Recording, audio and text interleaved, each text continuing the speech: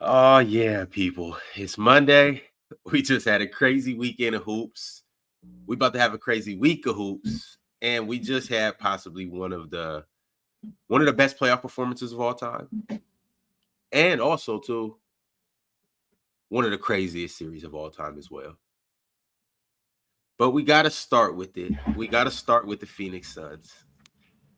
I don't know whether this is a testament to how good the Wolves are or whether it's a slander to how bad the Suns were, but the Suns were swept last night by the Minnesota Timberwolves. Mopped. The Timberwolves won game 4, 122 to 116, powered by 40 points from Anthony Edwards, 9 rebounds and 6 assists. Also, Karl Anthony Towns came with 28 and 10. Fellas, talk to me about this series and this game and your thoughts and feelings. I think again, Mars, I can't say enough about Minnesota defensively. When you have a team that does something consistently, we talk about how good teams are when they're good offensively. We don't give teams enough credit for when they're as good defensively. And the Minnesota Timberwolves this season, on a consistent basis, have been elite defensively. And this game was an ultimate test. Not just this game, but this series was an ultimate test for their defense. And they passed it with flying colors. They did almost everything that was necessary in order to win this series. Switching, fighting over screens, dominating on the glass. Not just dominating on the glass, holding these guys at bay. I see what you're looking at, Mars, when you talk about Kevin Durant missing the old KD, because he just looks like a shell of himself, especially against great defenses. He can't turn the corner. He can't get to the rim like he used to. He can't finish at the rim like he used to. And this kind of defense, Bradley Beal was basically non-existent in this series. So I love everything that I saw. Plus, they made those guys guard, and Phoenix was exposed defensively. So I thought that Minnesota would win the series. I did not think that they would sweep them. I did not think that.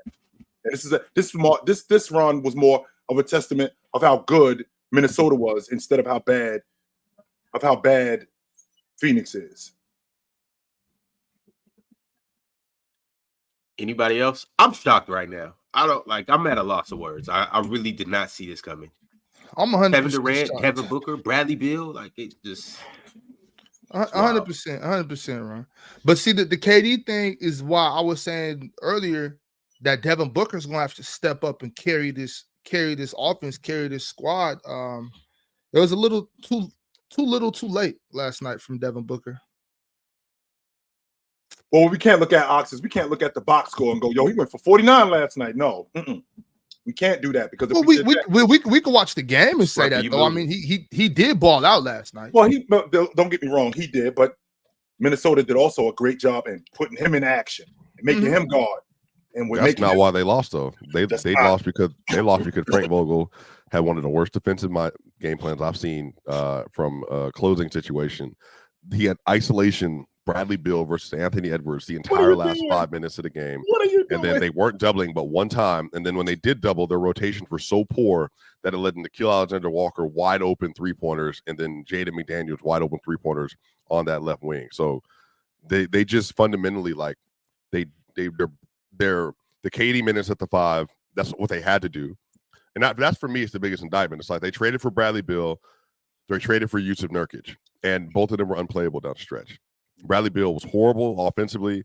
Those turnovers he had, like one on the baseline was terrible. Swiper. Skip pass, was that the skip pass or was that the when he knocked the ball out of his hands?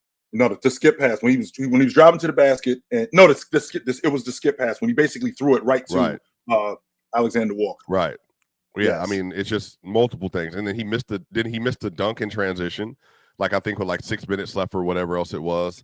Like it just didn't make any. Like I think for you to make 2 acquisitions like that in the offseason and for both of them to be unplayable down the stretch of these games, that's tough. That's bad. And so, I was shocked. I had the Suns, I think, winning in 7. So this idea that they would get swept, obviously, I just was not expecting it at all. But I think the Minnesota Timberwolves, man, shout out to them. This is their first sweep ever. They're making it to the second round.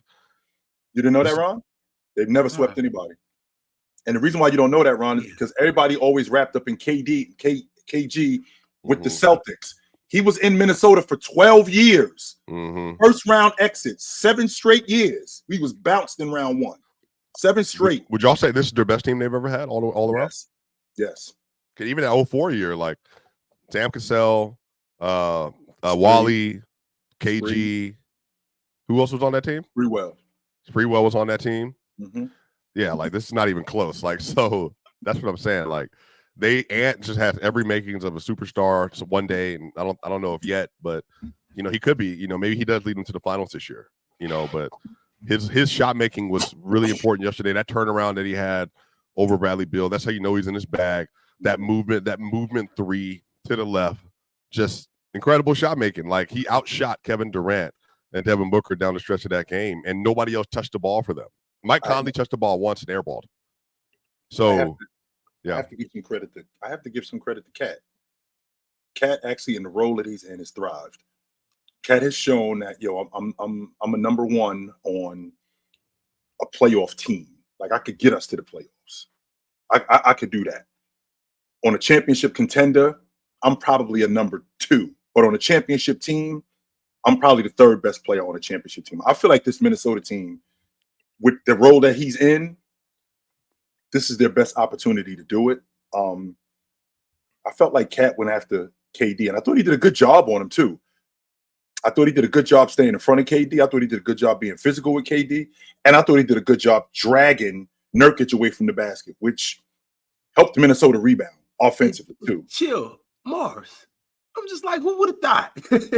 Cat played a good series. Yeah, he was good, yo. The playoff gives me hope for Julius Randle, first off.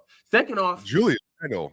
Yes. I shouldn't have brought Julius into this. Yes, Ron. You're right, Ron. Don't come off of that. No. I'm just saying, no. Like Cat has notoriously been bad in the playoffs. Remember him last year. He played good. Swiper, you're a numbers guy. I don't know if you know this, but numbers guy. Yeah, you're definitely. I'm a numbers guy. Yeah, you bring up the advanced analytics to me all the time. You stole the torch from Mars. Well, you got to share the torch. You talk basketball too, but you definitely bring up the advanced analytics. Sure, you brought up you bring up the GOAT debate. You bring up the numbers for LeBron all the time. So I want to hear that. You're a numbers guy. Go ahead. Everybody, we're all numbers guys. 100%. We're all numbers guys. So I'm just pointing out. I test is obviously not LeBron. Ox, go ahead. Tell him. Ox. You're a numbers guy, just like I'm a numbers guy, and I just want to put on your mind that up until this series, Towns, in the second half of all the playoff games that he's played in, 5 points and 4 rebounds on average. That's what he's giving you. What's wrong with that? 5.4 rebounds on average. He's a role player. Well, now we know that, but before he wasn't. Like when Jimmy Butler was there, he had to be better than that, which would explain why they got swept. 2 years ago when they played. I know another role player in the fourth quarter that plays in a big market in LA, but that's another conversation. Go ahead, Chill. My bad. Go ahead, Chill. I'm sorry. Averaging 2 points a game in the fourth quarter, but I got you. It's looking tricky. Now look, I think the Wolves can do it. Like even the Nuggets, like they can beat the Nuggets. Like if Ant's going to shoot like that, Jaden going to shoot like that. Mike Conley gives you a good shooting series, and the Nuggets are shooting 27% from 3 so far in the playoffs. Well, wait a minute, Sniper. Does it have to be that bad? What I'm saying to beat the Nuggets, yeah. To beat the Nuggets, yeah. Does it have to? Does the scale have to tip that much? Yeah, 1,000%. And if that's true, then Denver, if they're going to shoot that bad, that means that Minnesota's defense is what it is. No, it's going to be stifling. It's Denver's not shooting. No, you can't do Denver that. Shooting. They're shooting 20. They're shooting 20% on open threes this series so far. They're just not making threes.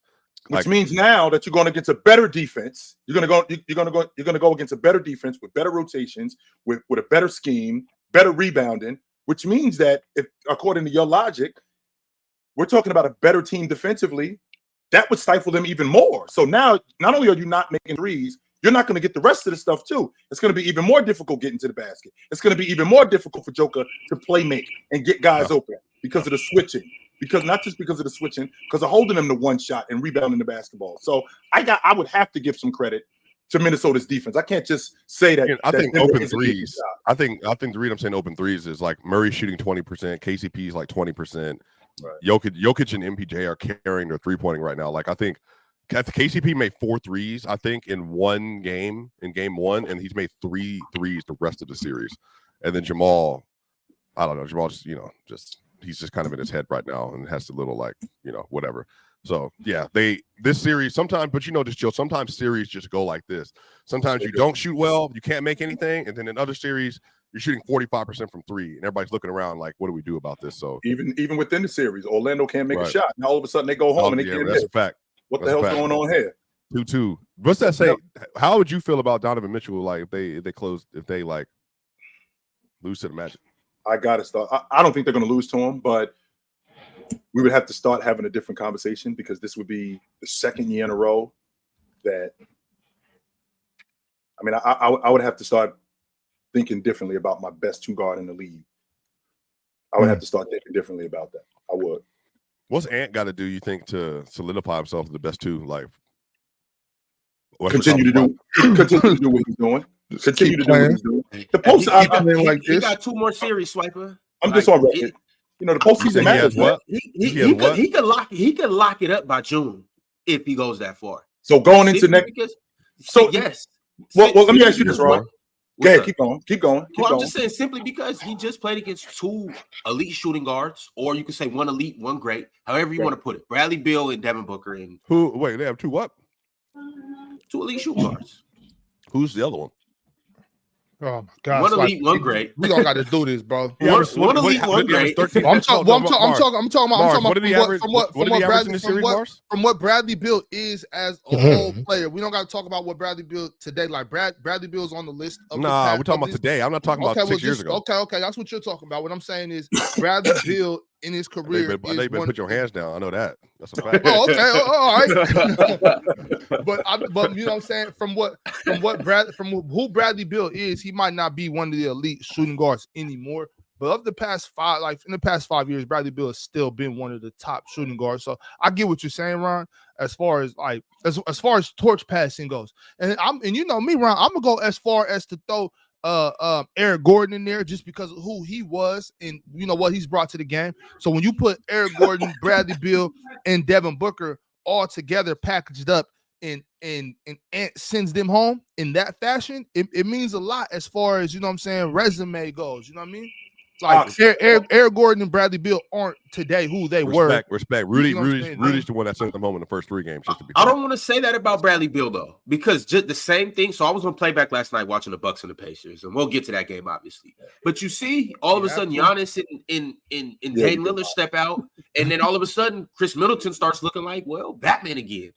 Brook Lopez looks like he's back playing for the Nets. So I'm saying, like, when it's 2 guys ahead of you that have to prioritize the ball and have to get more touches, it's hard to go from a number 1 to – and we even seen Dame struggle with it over the whole year with Giannis being the number 1 over there or just being there with him. It's hard to go from being able to shoot every ball, every shot, having the ball in your hand for the majority of the game, being able to make mistakes and still know that you get to have that green light and just the offense running through you to all of a sudden being – I don't want to say an afterthought, but having to stand in the corner and not being able to initiate the offense and stuff like that. Like that's hard to do. It's very few that can be Kyrie Irving. Ox, I got a bone to pick with you this morning, Ox. And the reason why I got a bone to pick with you this morning is because you said to me, yes, I got a bone to pick with you this morning because you this morning are in a different space than you were earlier this year. You are an advocate of let's just play ball. One of your main reasons for having Phoenix where you had them at in the beginning of the season is because of the ballers that they had. Right. That's why you had them. Let's just play ball. What about this series? I went a little deeper than that with the Chilltown. I did. I thought they acquired the proper role players. I thought that role players were going to be able to, give some quality minutes. But you're right, though. For the most part, I thought it was just like some straight mano basketball. Right. And I think that Minnesota showed that not only does that logic not work, but from a unit standpoint, like throwing guys together, more times than not, you can't just play ball. We got to put something together. Otherwise, it's going to look like what it looked like. Like getting swept out of the playoffs. Like this is a ridiculous failure. Like we didn't lose. This is a ridiculous failure, Ox. So the idea of, let's just play ball, right? Let's just play ball. I think it has to be more than that. No doubt. No doubt. And I mean, my tone has changed because I watched the series still. I seen what happened. I mean, I can't sit here. There's no more hope, so I can't sit here and be like, nah, Phoenix going. They're okay. Like, nah, they got their ass kicked. Like, I wasn't expecting that. I mean, even when I seen that they had the Timberwolves matchup, I was still like, nah, Phoenix in 6. I can see it happening, you know? And I was completely wrong. I missed that one. But what I did say earlier, Chilltown, is they have a 2-year window. And I'm standing on that 2-year window. Including this year or no, that's this year and next year. Those are the 2 years. We talked to do what? We talked about that for Phoenix.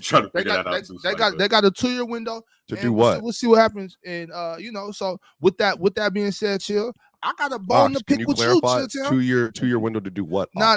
Hold on, before you pick that bone with Chill, it looks like Swiper got a bone to pick with you. No. This ain't got nothing to do with Swiper. This ain't got nothing to do with Swiper. This has nothing to do with Swiper. Swiper, I'm standing up for you today. I just asked, yeah. Nah, Swiper, I know what you're doing. Y'all see how ticket ain't here, so now he's trying to spread his allegiance around. Go ahead. Go ahead. Yo, Swiper, I can't have a revelation. Both sides. No, I just realized. I realized after the last 2 weeks of ticket being up here, that Swiper really be fucking y'all up. Like y'all really can't get with Swiper. You see Mars is down there quiet right now. You know, like I'm slowly but surely. Yo, Ron, that's that Louisville in you. Look at your collar. Look at your collar. Fix your shirt. Hey, bro, look, check it out. Look. I'm gonna say this. Ox just needs to be timed out right quick while I give Swiper his flowers for coming up here so eloquently and cooking for the last 2-3 months. What I do want to say is, Swiper, my apologies because your game is a lot like the dude behind you over your left shoulder. It's a lot like Jokic. When you first came up here, sometimes it's a little clunky. Sometimes it's like, okay, that was luck. Sometimes it's like, I don't know how he's getting this off. Your approach is a little different at times. But the more and more I keep seeing it, the more and more I see how effective it is. You can shoot. You can pass. Well, you pass like a motherfucker. You rebound. Get off your knees, host. You're blowing the show. Hey, all right, we're 100% doing this shit without Ox for the rest of the show. You know what you sound like, Swiper? You sound like the chick that ain't as ugly as he thought you were. Like, you know what? You're a lot better looking than what I thought you were. Like, the Minnesota Timberwolves. Like, when I first saw you, I was like, I don't know. Sure, but that don't apply to me. I've never had that issue, Chill. I don't get it. I'm like, wait a minute. My shirt doesn't drape over me like a rep. But anyway, all right, we're just gonna do the show with 3 people. It's like, anyway. You know what? Actually, Jokic is the best player in the NBA, and the Minnesota Timberwolves, that was a fluke series. All right. And I take everything back that I said this morning. Ox got a bone to pick with me, though. I understand. Ox said he got a bone to pick with me. I want to hear it. What's up, Ox? What I do? Because on Saturday we talked about the Clippers Mavs. You said the Clips weren't getting one more. I said Chilltown. Doesn't James Harden got one more inning? Can't we get something from PG? Now, when I said can we get something from PG, I only halfway meant it. You was on the fence about that. You wasn't sure. But I knew we could get something from James Harden. Yep. And they became the first 2 players in what Clippers franchise history to go 35-5 together. In the PG did try to sell it. PG did try to sell in the third quarter, but James Harden held it down. How do we feel about this, Chilltown? I still think the Mavs are winning. This is going to take 6 games instead of 5 games, and I was wrong. Luka's a bum. And to be honest with you, Ox, somebody has to say it because nobody's going to say it, but I'll say it. The Dallas Mavericks are never going to win the NBA championship until Luka commits on defense. Until he got, you don't need to be Eric Bledsoe. Have you seen Luka's isolation stats? You don't need to be Eric Bledsoe. Numbers.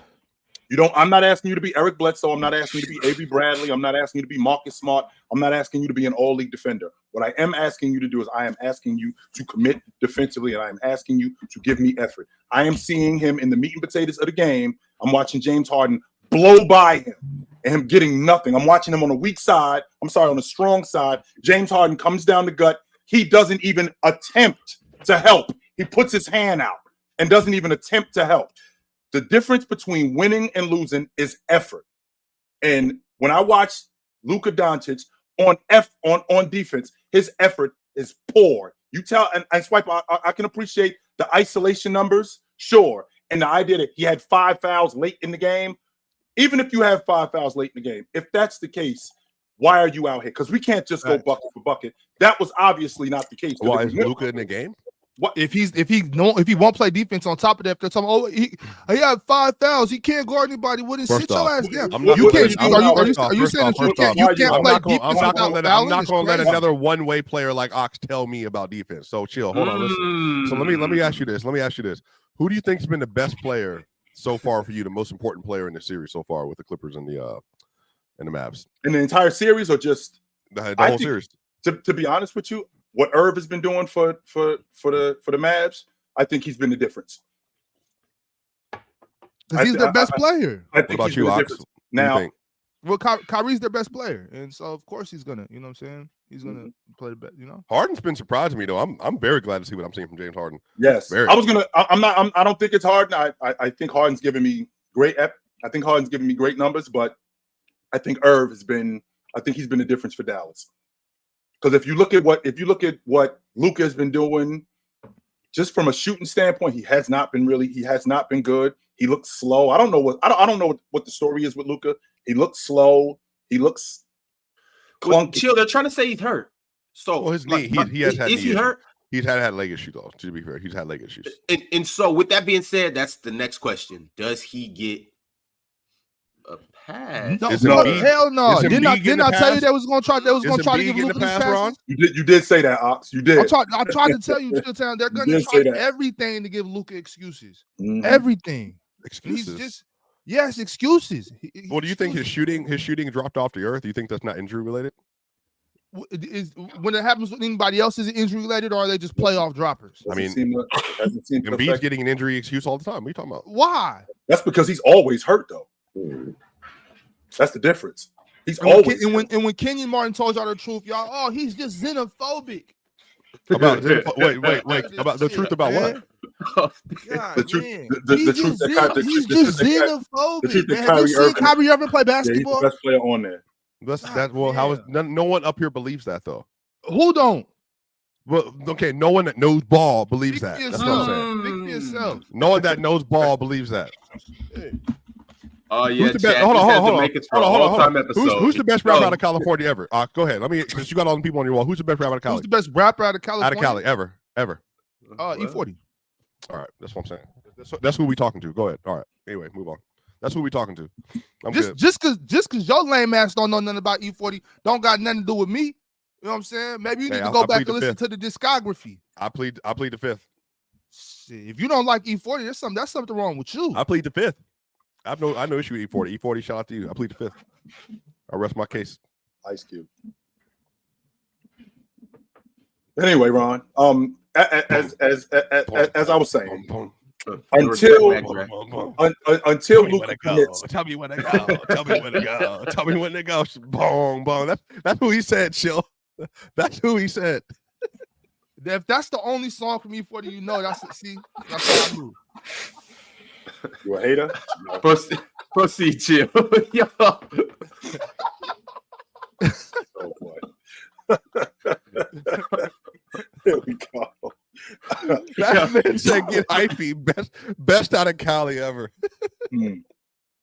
I like E40, to be fair. Okay. Oh boy. I thought you was gonna say I thought you was gonna say like even Nipsey or something like that. My boy said E40. That's my dog though. Shout out. Shout out.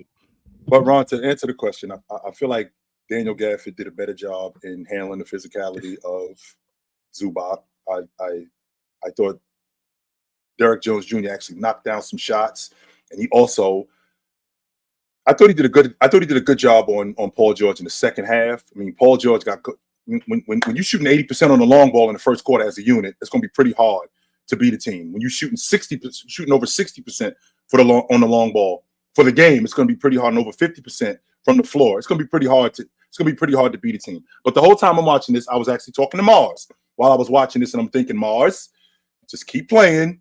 They're going to let you back in the game. And sure enough, 31 turned into 26, 26 turned into 22, 22 turned into 17, 17 turned into 13, and here they come. And chill. Here they come. What was the primary factor to this whole comeback? The primary factor to them coming back yesterday The primary factor was Kyrie Irving. Did absolutely. Kyrie the Irving. minute he just said, you know what? If we gonna lose today, if we go get our ass kicked like this, yes, I'm gonna just Kyrie give Irving got going. Yes, I'm gonna just shoot every shot. Kyrie Irving got going. I mean, that's the thing about having a great player. Yep, is that they can weather any type of storm, any storm. And yeah, Kyrie showed that yesterday. He did. He got going. So I just think it's going to take 6 games instead of 5. That's all. If they would have never let my man Kawhi come into the lineup, this series will be over already. That's possible because he definitely slowed them down on both ends. So they're not better without Kawhi. No fault of his own. It's just that he's hurt now. He's not healthy. He's hurt. Yeah. So when he gets in the game, he's taking up minutes from guys that are healthy, able to move around, able to do their thing. So I think he's just getting back into it. He's not Kawhi, but right now, so I think they should have sat him down and just kept playing. We already said this already. They should have kept playing until they needed to really insert him, like if it got to it. But I think if they don't play Kawhi, they're probably up 3-1 right now. You know what I'm saying? Getting ready to go at home. So before the series starts, you think they could win this series without Leonard?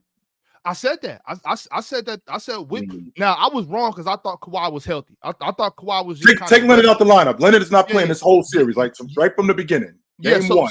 So what I'm saying is I had said that with Kawhi they win in 5, without they win in 7.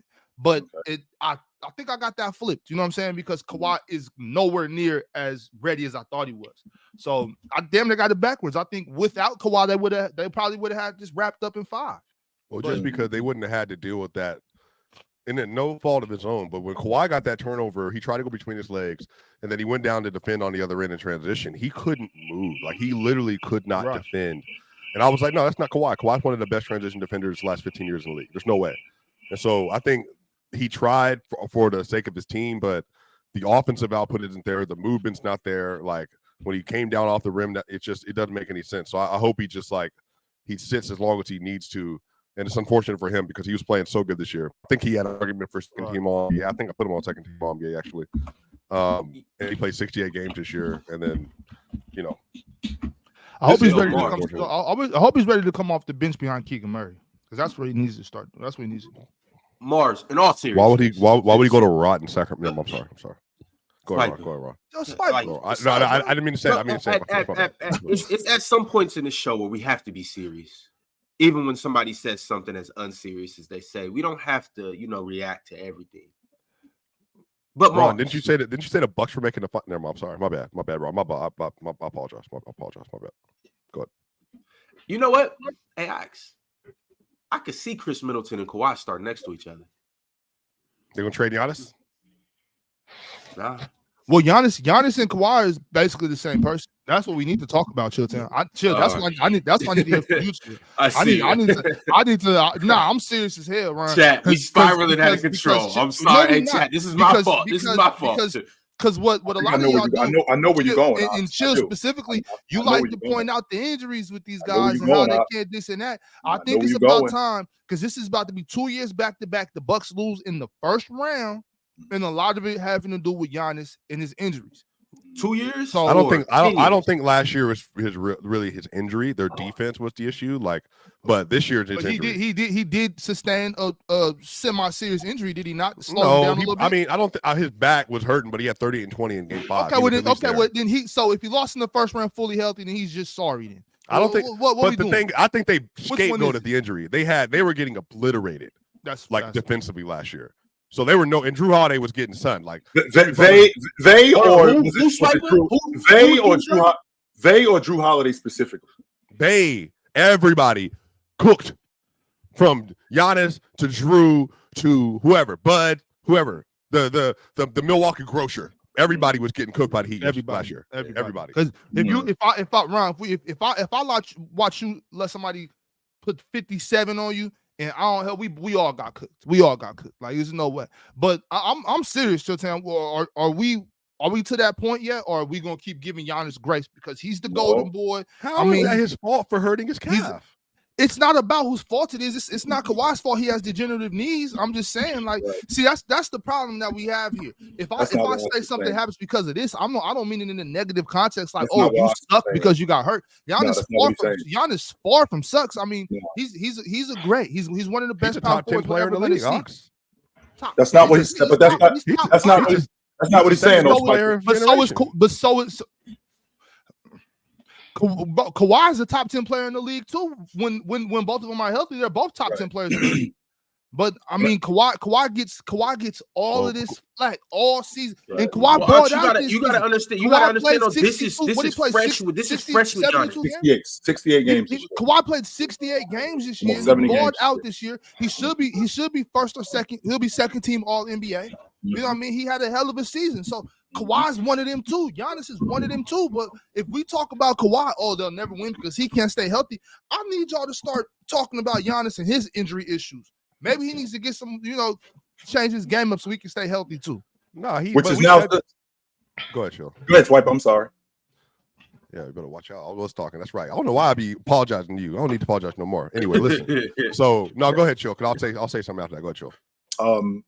I think I do understand what you're saying, Ox, because the idea has never been Leonard's game. It's been, can he hold up? Well, now we're starting this pattern with Giannis, where he hurt his back last year, and it did affect his game. It might not have affected his knee in 21 as well. Right. It did it, but it did affect his game, Swipe. It might not affect his game as much as it affects Leonard, but it did affect his game. And then now this year, he has the non-contact injury, which has basically kept him out of the playoffs. And it's kind of a pattern, kind of like what was going on with Leonard years ago, which became a pattern. So I think to Ox's point, if this is what's going on, is Giannis starting to break down?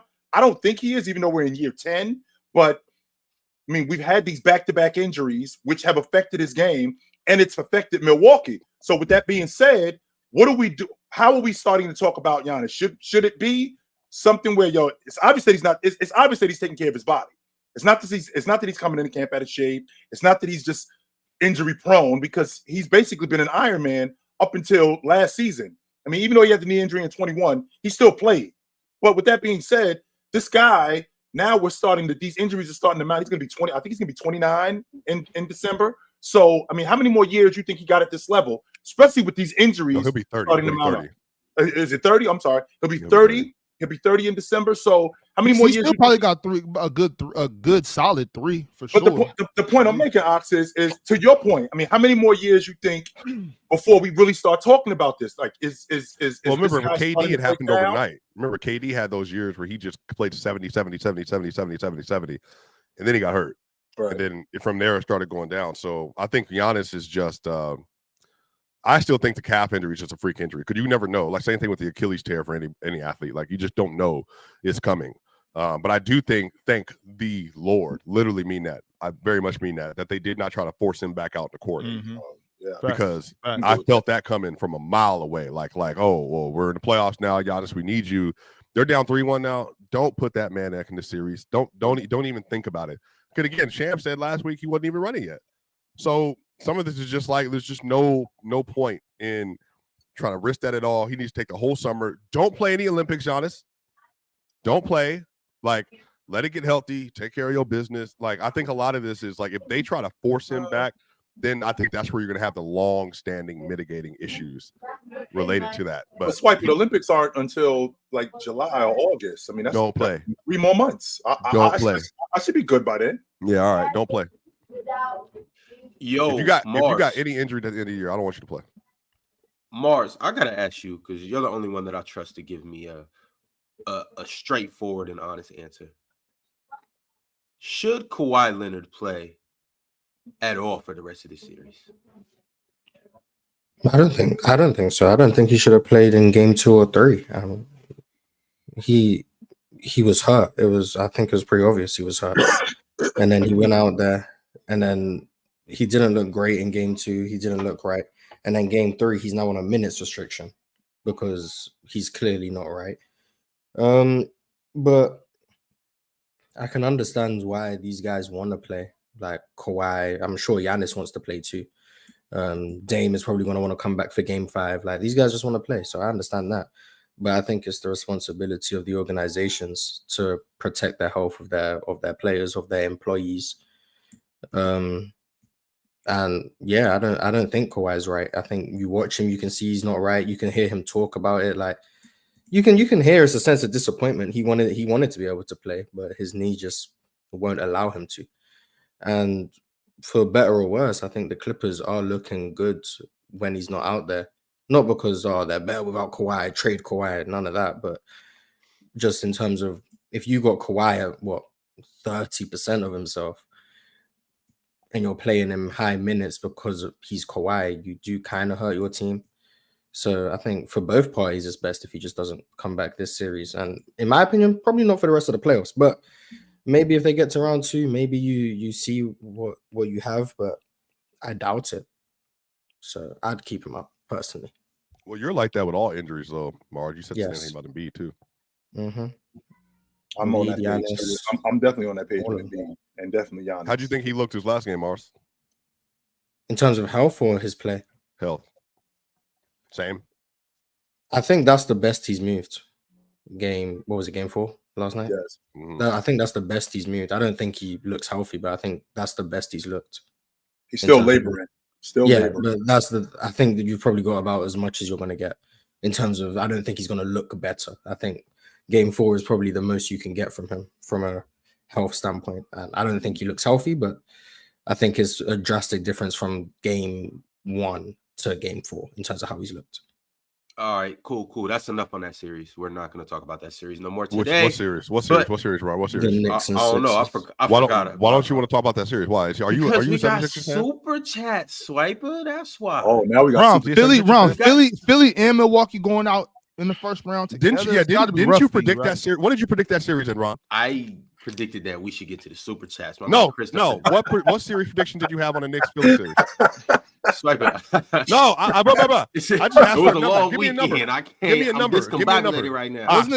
Wasn't it Philly in 6 months, Ron? 5? Was it Philly in 5? I stand with Mars. Philly in 7. I don't remember that. I don't remember that. Mars. All right. I'm only here 3 days a week. In Milwaukee? What about Milwaukee? Hey, Mars, it's been something I've been meaning to tell you for a long time. You're easily the best panelist up here, and I know it. These guys know it. The chat knows it. Mars, you just got aura, Mars. It's just something that's just easily. It just comes off your screen. It just jumps out, Mars. I've been meaning to tell you this for a long time. Giving an unmitigated aura shout out is crazy, about. And that's why I stand with you, Mars. In the fact that I got Philly in 7. Only because why would I not follow the best panelist that's on the panel? I wonder if Mars had the Knicks in 7, would you still be on that train? Just wonder. Mars, do you got the Knicks in 7? I'm gonna stick with Philly. Why not? Yeah, good man. Okay. Joel in 7. But seriously, fellas, I really do got super chats, and then we can talk about that series if y'all want. We don't have to, but if y'all want, we could talk. We absolutely should talk about that series. 100%, we do. Yes. All right. Well, should we talk about the MVP like passing up jump shots at the end of the game and then leaving Jalen Brunson wide open on isolations? No. Yeah. Right. Yes, we'll get to that fight. Don't worry. Nah, well, Ron, of all people, I just figured he would be interested. Did OG clamp Joel? Hey, did I see a week? But OG's really good at that. But that's what Ox, you got better eyes than I do. I got -6 contact. So you let me know. What did you see? Did you see OG Anunoby playing very good defense down the last 5 minutes of the game? I always see OG playing good defense. So that was nothing new. To answer your question in a short way, yes. But didn't some of us predict that OG Anunoby would get that assignment and do fairly well? Like simply Drew Holiday, Marcus Smart type of defense, but just bigger? Yeah, well, because we did see Marcus Smart do this before. This is nasty rhetoric. Yes, no, it's not. Nasty it's nasty because it's true. Did I see Joel Embiid getting covered by Marcus Smart on the elbow? Did I see that? Did I see the elbow on the second half, mid post? On the box, did I see Marcus Smart? Did I see Marcus Smart matched up on Joel Embiid? And why didn't I see Joel Embiid like those adult lions when they snatch their cubs by the back of that meat on the back of their neck, snatch him and drag his ass underneath the basket? Did I see Joel Embiid do that? No, I didn't see him do that. In fact, what I saw him do was I saw him walk further away from the basket. Get Joel Embiid. I can't. Yeah. I can't. You what let you a just said? 6'2" guy push you up the lane.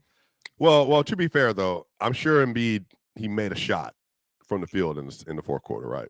Surely, like No, as a matter of fact, he didn't. No way, Chilltown. He had to. No, he He's did the not. MVP, Chilltown. No, he did not. No, He scored 70 this year, Chill. no, he did not. No, he had 50 did last not. game. No, Wait, was didn't. he? So was he? Was it the injuries that kept him from scoring in the fourth quarter of this game? So once again, this is what we can't do, Swipe. We can't have it both ways. We can't, he's injured when he's not doing anything, but when he's doing work, he's just doing work, and the injuries go out the window. So no, like we got it can't be, you can't have it both ways. It's either one or the other. One or the other. And I thought Philly did, I thought the Knicks did a great job, number one. Yeah. Especially when we got in the meat and potatoes of the game. I thought they did a great job in jumping Joel Embiid. Get the ball out of his hands. And make these other guys, him, Precious Achiuwa, make these other guys beat us. We don't like you having the ball at the elbow. We don't like you having, we don't mind you having the ball at the 3-point line, but as soon as he gets it, make him do something quick and make Tobias Harris score it. Make Melton score it. Make Kelly Oates. They surprisingly made it hard for Maxey. Maxey was shooting those fadeaways. I was shocked by that.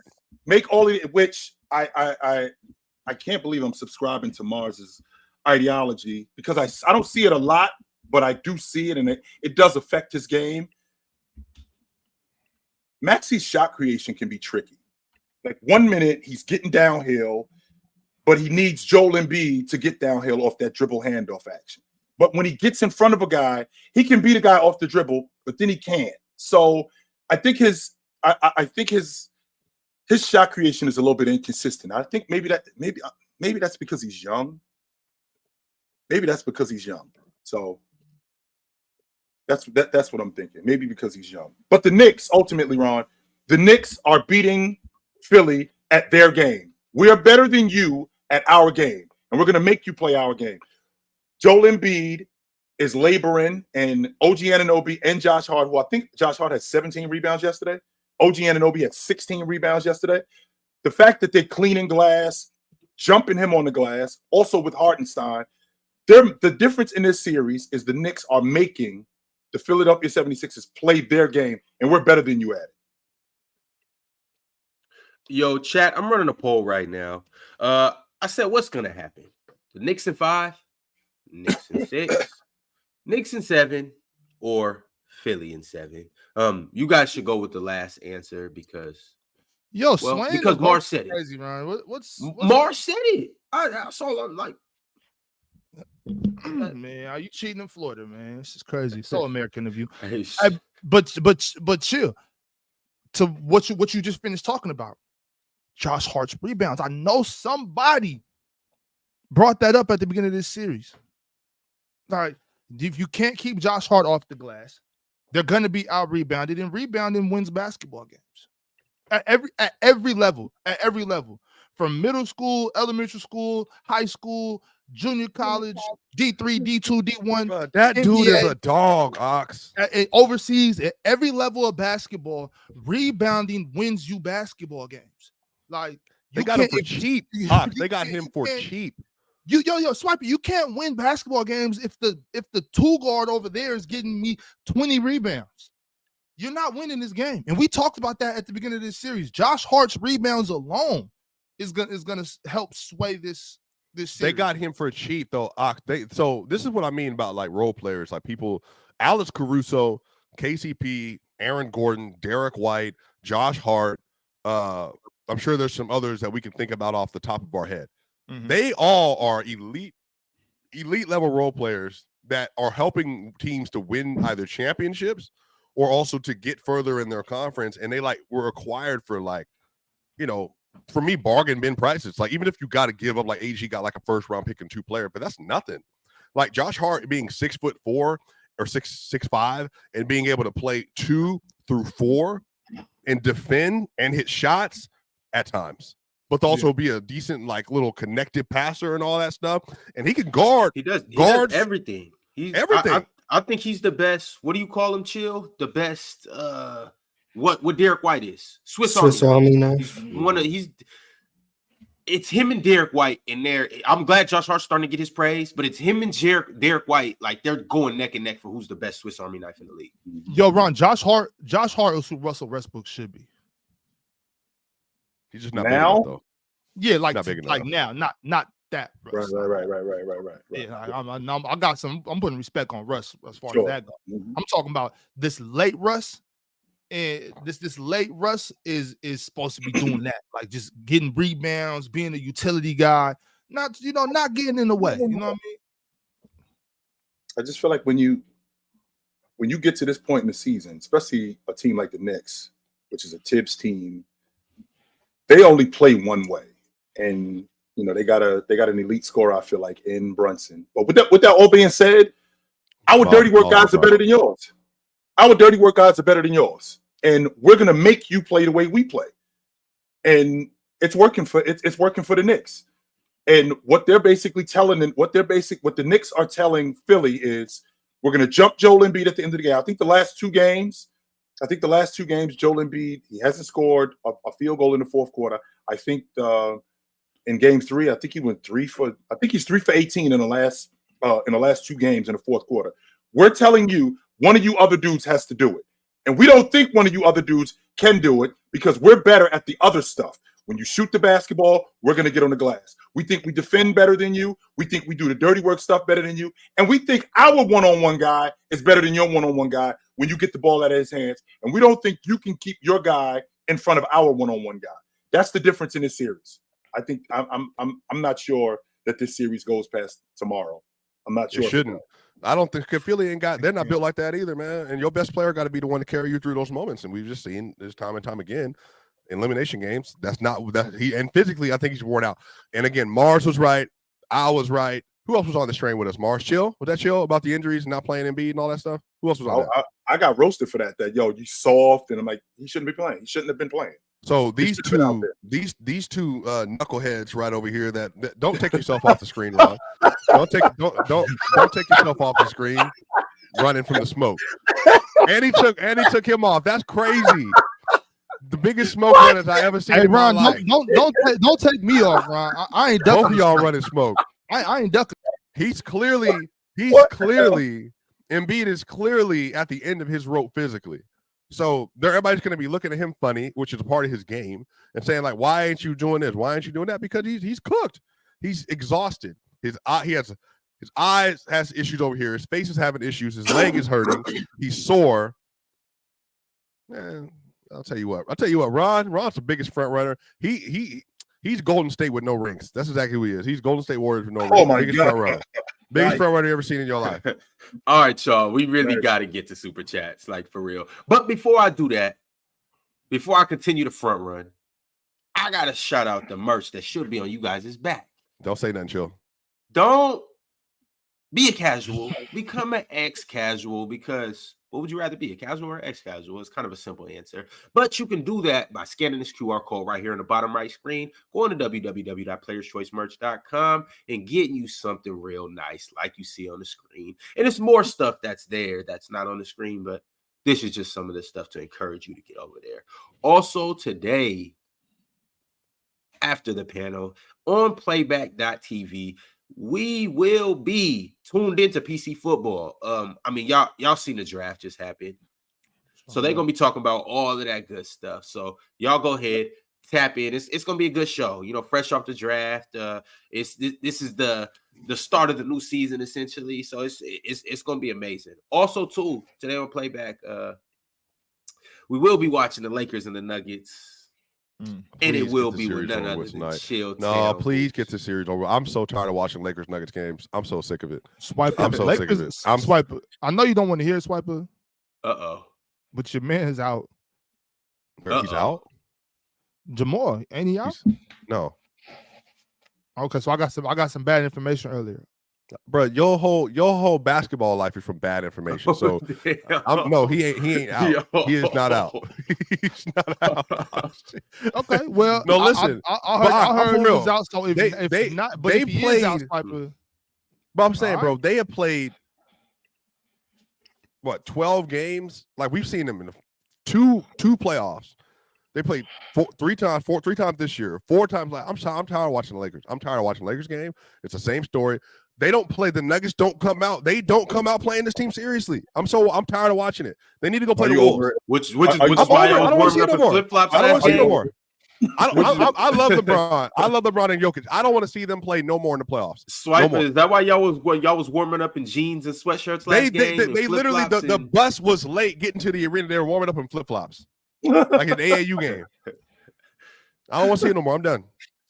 All right, y'all. I do got to get to these super chats. So Christopher D said, not too much on KD, please. Suns lost to a better team. However, I can admit if the Suns want to make any changes to the roster, then they have to trade KD. The big 3 contracts eat a lot of their salary to fill out the roster. Get KD out of here. I mean, if they want to make changes, I mean, you got to move. Like just financially, you have to move one of the contracts. And Bradley Beal is probably the hardest to move because he's got the no trade clause and $50 million for the next 3 seasons or whatever. 57, 57, and 58 in the last 2 years of that deal. Something like that. And then Booker's the youngest, so you probably want to rebuild with Booker, and you have him tied down the longest. So I guess KD does become the odd one out if they do want to make trades. Chill. You know who I thought about when Bradley Beal, they put his contract up yesterday? I don't. This is about your time. You remember this back when we was all children. You know, you was in your prime with the high top fade and all that. Bobby Bonilla. Bobby Bonilla. No, MLB player. It's Bobby Bonilla. Bonilla. Yes, Bobby Bonilla. That contract that he got. $1 million a year for what? 30 years? They still paying him too, by the way. Yeah, that Bradley Bill? They just get to the point where they're like, look, 2070, we're gonna pay you an escrow. You and your kids. Just bounce. Just go sit down somewhere. You good.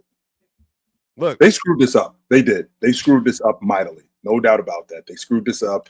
This team, they mortgaged their future, and it just hasn't worked. And when you get a swipe, I'm on record saying this, I stand on it. When you get swept, you're not close. They don't have a first-round pick for 5 years. They got 1 second-round pick for 5 years. That's it. So we can't build it through the draft. We can't do that. In terms of trades, we really don't have any assets to move like that. I mean, Bobo's got a different motor. So, I mean, you only had him on a 1-year deal. It's not like you signed him to an extension. So this team, essentially, they're kind of stuck where they are because I don't think that there's anybody that's helping Phoenix. I don't think that there's anybody that's calling up asking about Brad, not Devin Booker, but it's almost like a fire sale. If they're gonna trade, they're gonna get these guys on the cheap. It's gonna be hard to do it, though. It's gonna be really hard to do it. Phoenix is in trouble, a lot of trouble. Gandhi KV2 said, yes, Ant-Man is the best 2 guard in the game. Better than SGA, but Jokic is Ant-Man's Larry Bird. SGA is a point guard, isn't he? Well, it depends on who you ask. Some people don't think he's a point guard. But I mean, either way it goes, though, Gandhi's saying that Ant's better than SGA. Shout out to Ant. Like so if Ant is better than SGA, you already have to have felt like this already. It's kind of like when a guy wins the defensive player of the year. Like, I already think he's the best defensive player in the game. And then when he wins the defensive player of the year, this just confirms it. So the same logic with how you feel about Anthony Edwards. You already think he's better than SGA. And then you see him in the playoffs in this series. This just confirms it.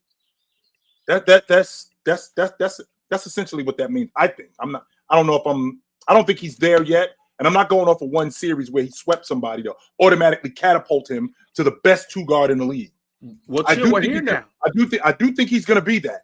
I do think he's going to be that because we could very well have him doing what he's doing right now, Ron. We could very well have that. And then they can go up against Denver, who I think is going to beat the Lakers. And he's not as good as he was in this series. Is he still the best 2 guard in the game, or are we going series to series? How are we doing this? Well, chill, sure, he can play against the Nuggets and not play as good as he played.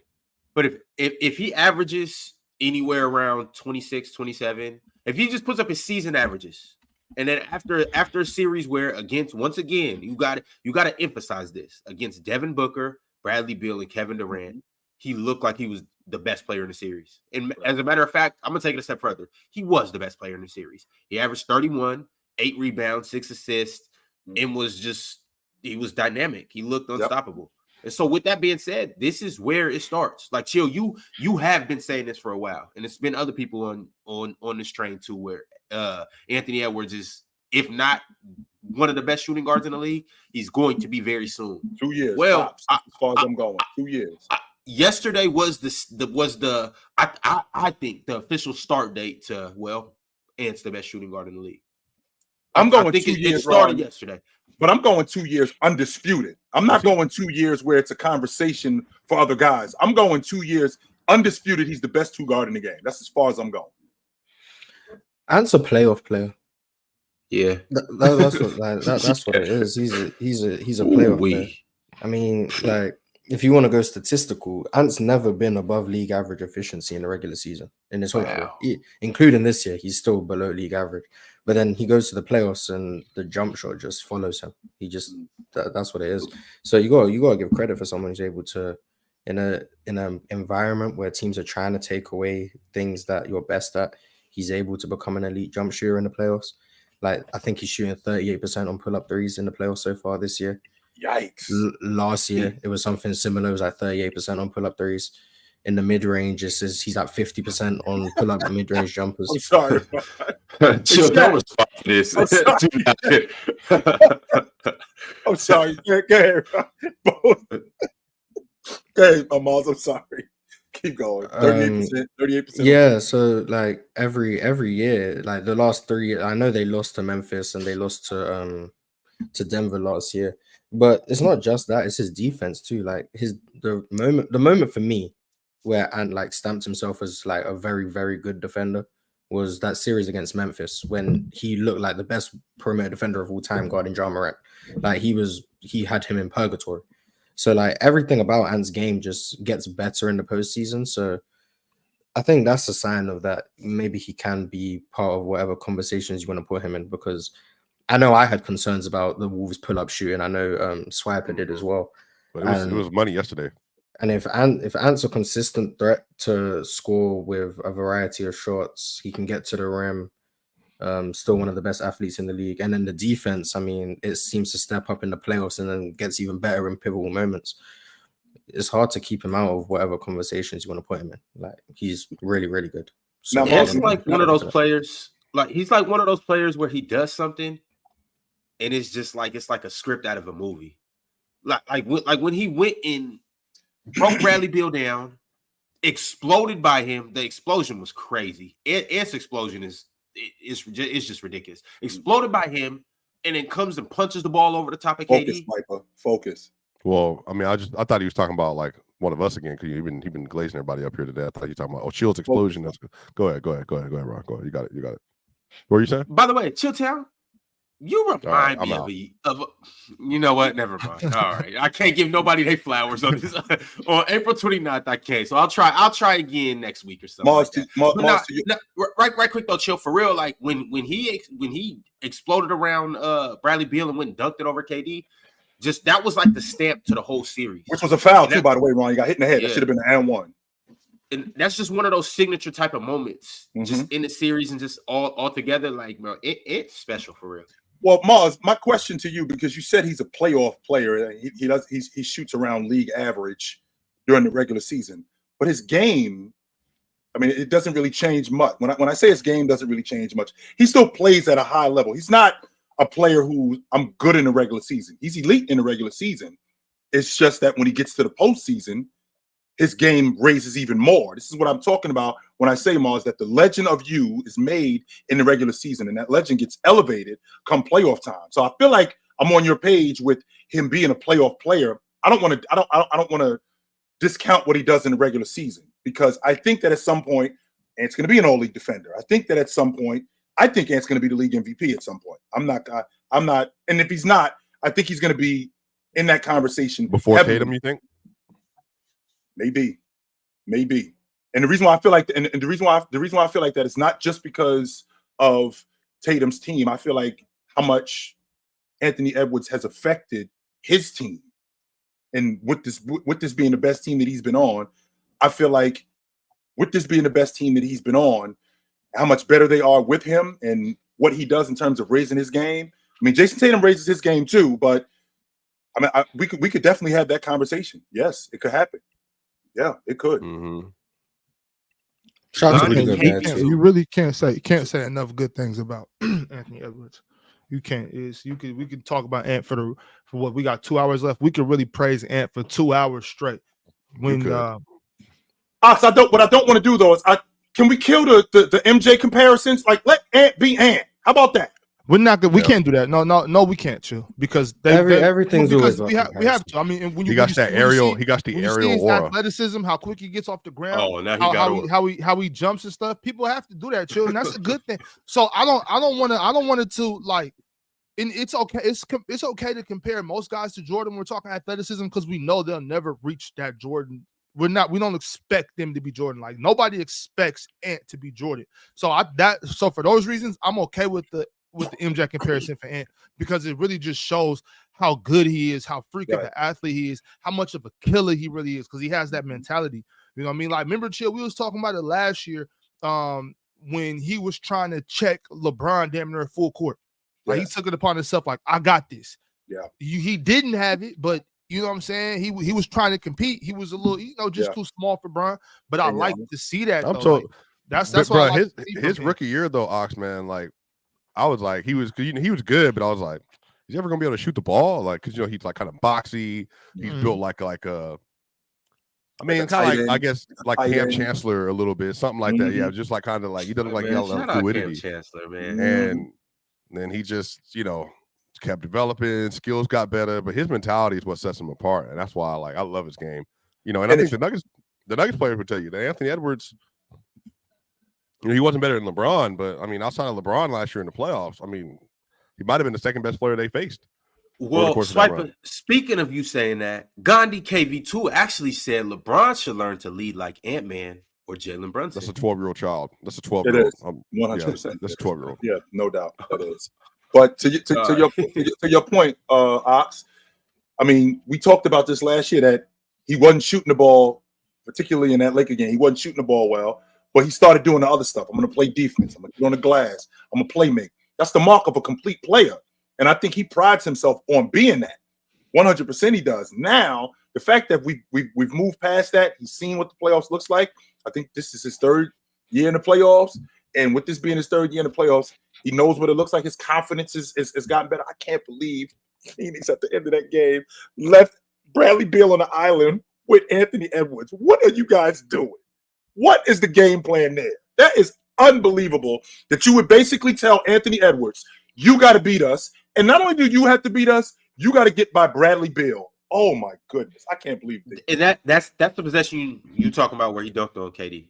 That, and not just dunked on KD. They were doing that. They stopped doubling him. And whenever there was, because he was basically, they were hunting mismatches, and they were hunting the mismatch with him and KD. They were trying to get that. But Bradley Beal kind of stayed on him, and they stopped doubling. I'm thinking to myself, why are you not doubling him? Why are you not getting the ball out of his hands? Pride. But to your point, Swiper, I'm watching this Minnesota team, and Cat looks more confident. When you running with somebody like Anthony Edwards, like I said, in the words of Mr. Bobby Bird, man walked taller when he walked with James Brown. So when you walking with Anthony Edwards, who's a dog, dudes kind of stick their chests out a little bit more. Hey man, I just need y'all to keep him away from dog conversations though. Respect my boy. I don't want to hear him in no dog rankings and all that kind of stuff. Where is aura at? I keep him away from that. He's in basketball conversation because the thing is, he's a great player. He's super skilled. He cares about all the right things. He's a leader. My boy, he just once he gets older and he's mature. I mean, what you gonna do about it? He's only 22 years old too. What you gonna do about it? Type deal. Yeah, it's about to get real scary. Yeah, he's a 22-year-old. Real scary. Shoot, if I was right now, Ron, you're what city are you a fan of, Ron? I forget. I get mixed up with the other team sometimes. Who are you a fan of? Atlanta. No, you're not. You're not from Atlanta, bruh. I never said I was from Atlanta. You not from Denver? I'm not. I'm born and raised in Park Hill. What you talking about? You not from Denver. Everybody knows that's my legacy story. I know niggas in Denver. I asked about you. You not from Denver. You don't know not a black person in just Denver. like did his homework on You see this? I swiped studying that your card. style. And it didn't come back as Denver. Literally, I have a name outside of Swiper. I literally walk the streets now. People like Swiper, Cook Ron, Swiper. All right, so if you don't know, listen, would you trade Anthony Edwards for Joel Embiid right now, straight up? If you're the Sixers? Yeah, hell yeah. Hell yes. Really? Hell yes. What? Philly would do Really? that. What type of question you asking, Swiper? Hey, Swiper, I'm not gonna lie. A year ago, I probably would have said a smart remark, and I would have got at you like that's the dumbest thing ever. In just a year, Ant has moved me completely.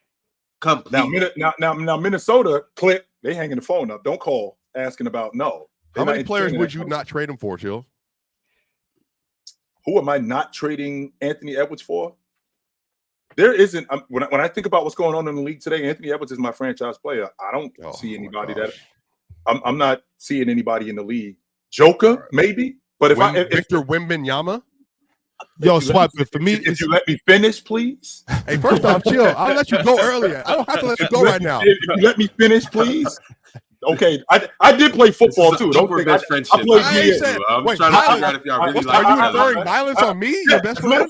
As a matter of fact, I get into it with my best friend all the time. Yes, I do. We've actually had this fight. But anyway. Yes. I mean, we're talking about a 22-year-old kid who's got not only just playoff experience, but who's got that look to be. I mean, don't get me wrong.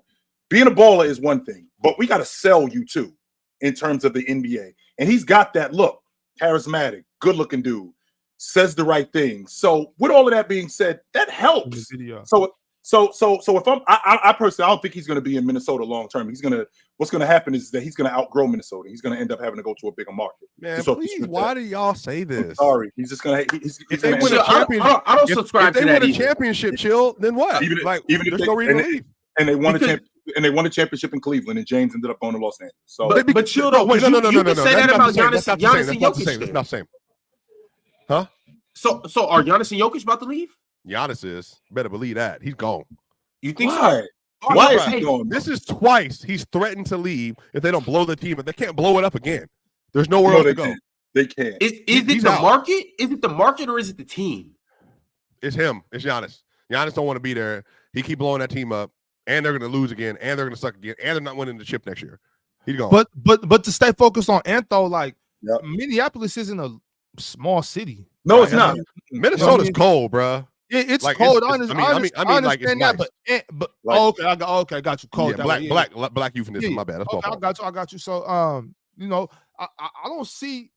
I hate that. Like there's big cities that they call small markets. So if you got a big city but it's a small market, it just takes a new type of ownership, new type of management, new type of player, a charismatic dude like Anthony Edwards. Anthony Edwards, he's made for the silver screen, Swiper. You can see it all over the kid. He's made for the silver screen.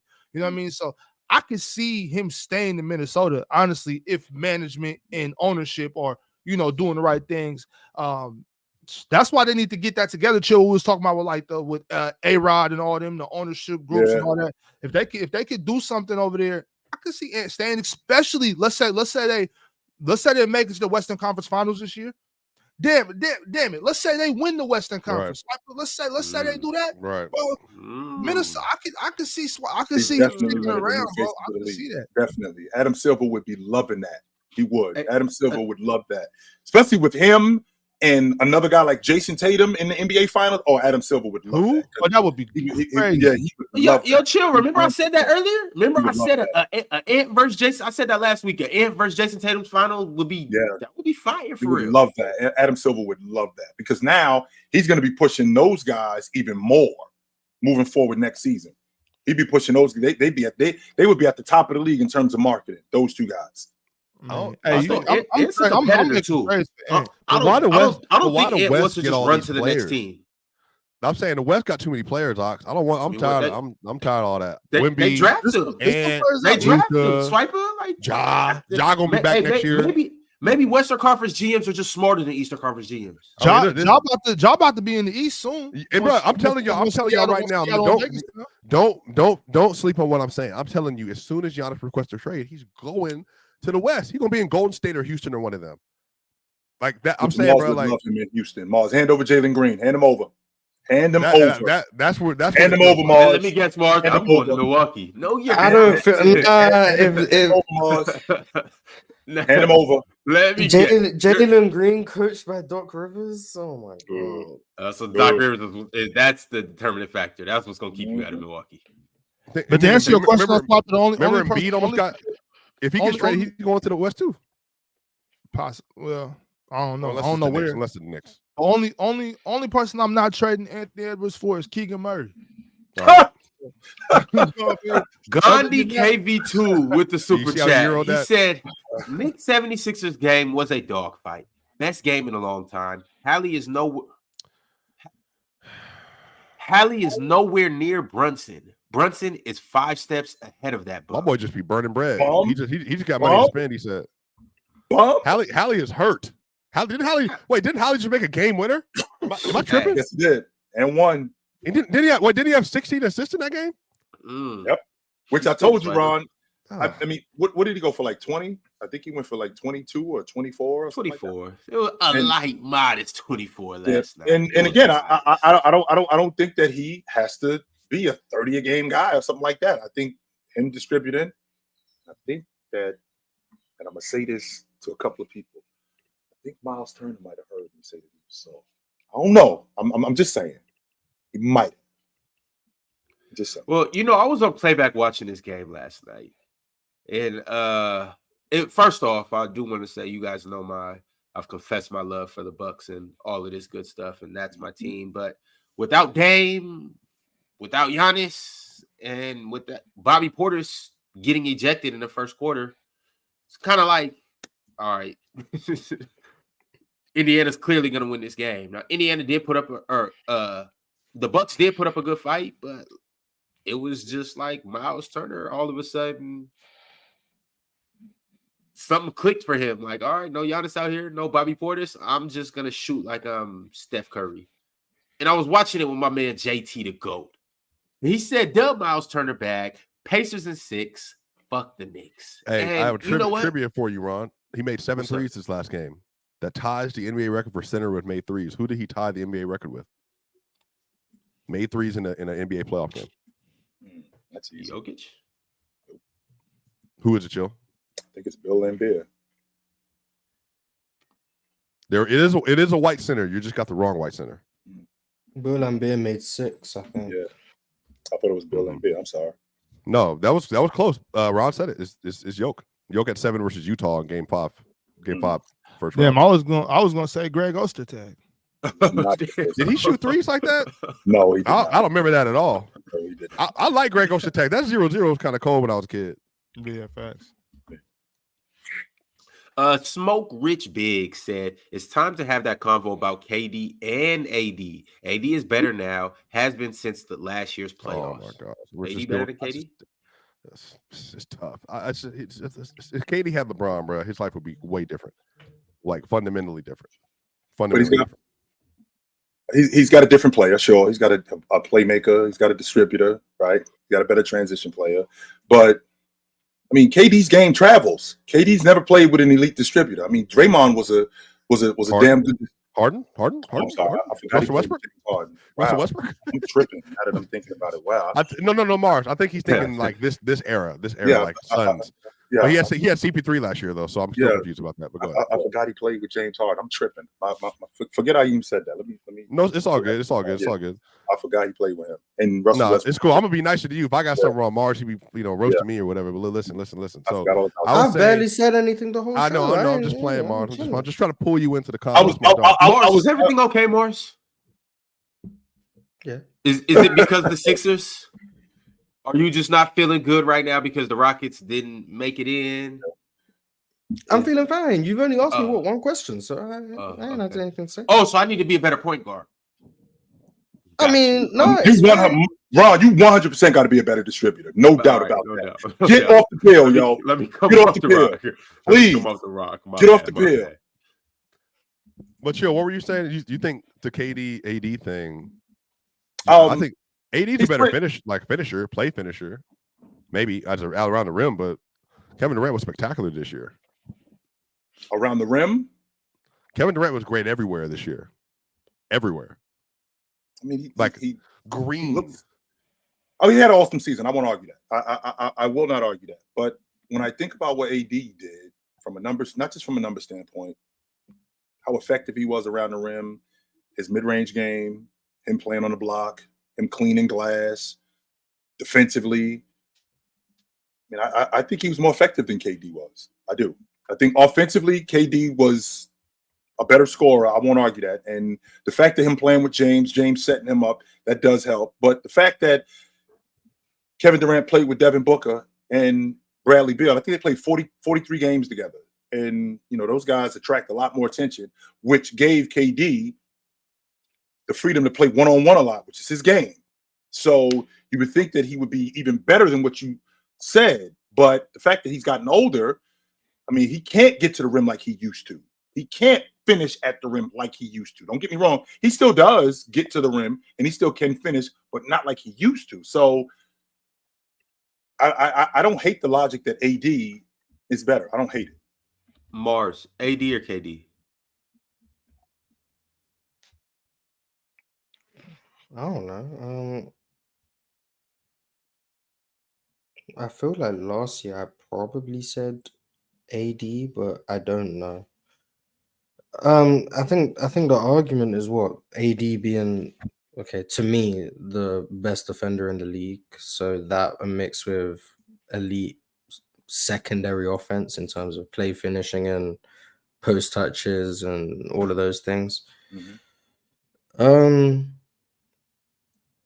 I'd probably lean AD, but I think the only reason we're having this conversation now is because of the series AD's having and KD just went home. I don't think if someone said this 3 months ago, people would be like, "Oh yeah, let's have the conversation." I do think it's recency bias, but I think I've probably had AD for longer, so I'll just go with AD. But Mars, with that being said, I mean, the Lakers about to be out the playoffs too, so it's not like but AD's. I mean, the amount of times I've heard AD's matching Jokic or playing better than Jokic, so I think Ox said it last week. This series is doing good things for AD's legacy.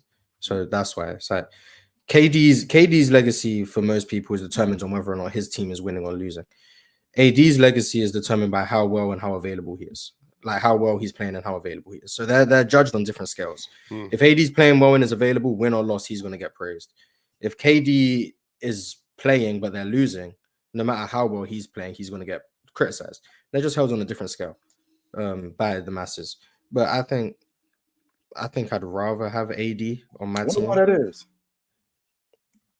I mean, it's the standards. It's the same reason why LeBron at age 39 is still held to the standard he is by the people who are very critical of him. It's just once you get that reputation, you're gonna be held to a different level. I mean, I don't think it's fair. I try not to partake in those things, but the general population, that's how it's gonna be. So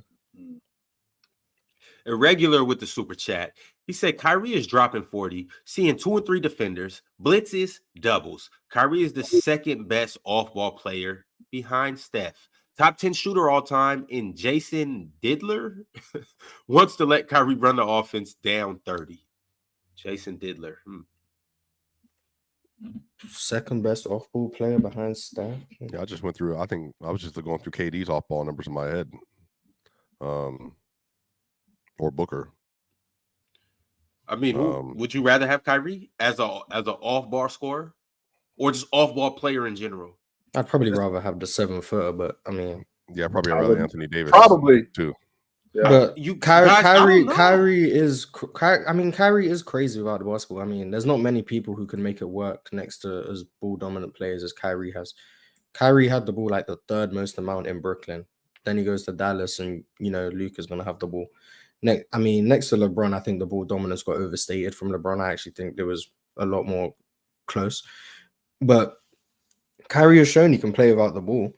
But if you ask me who I'd pick, I mean, I'd probably just pick KD for the size, catch and shoot ability,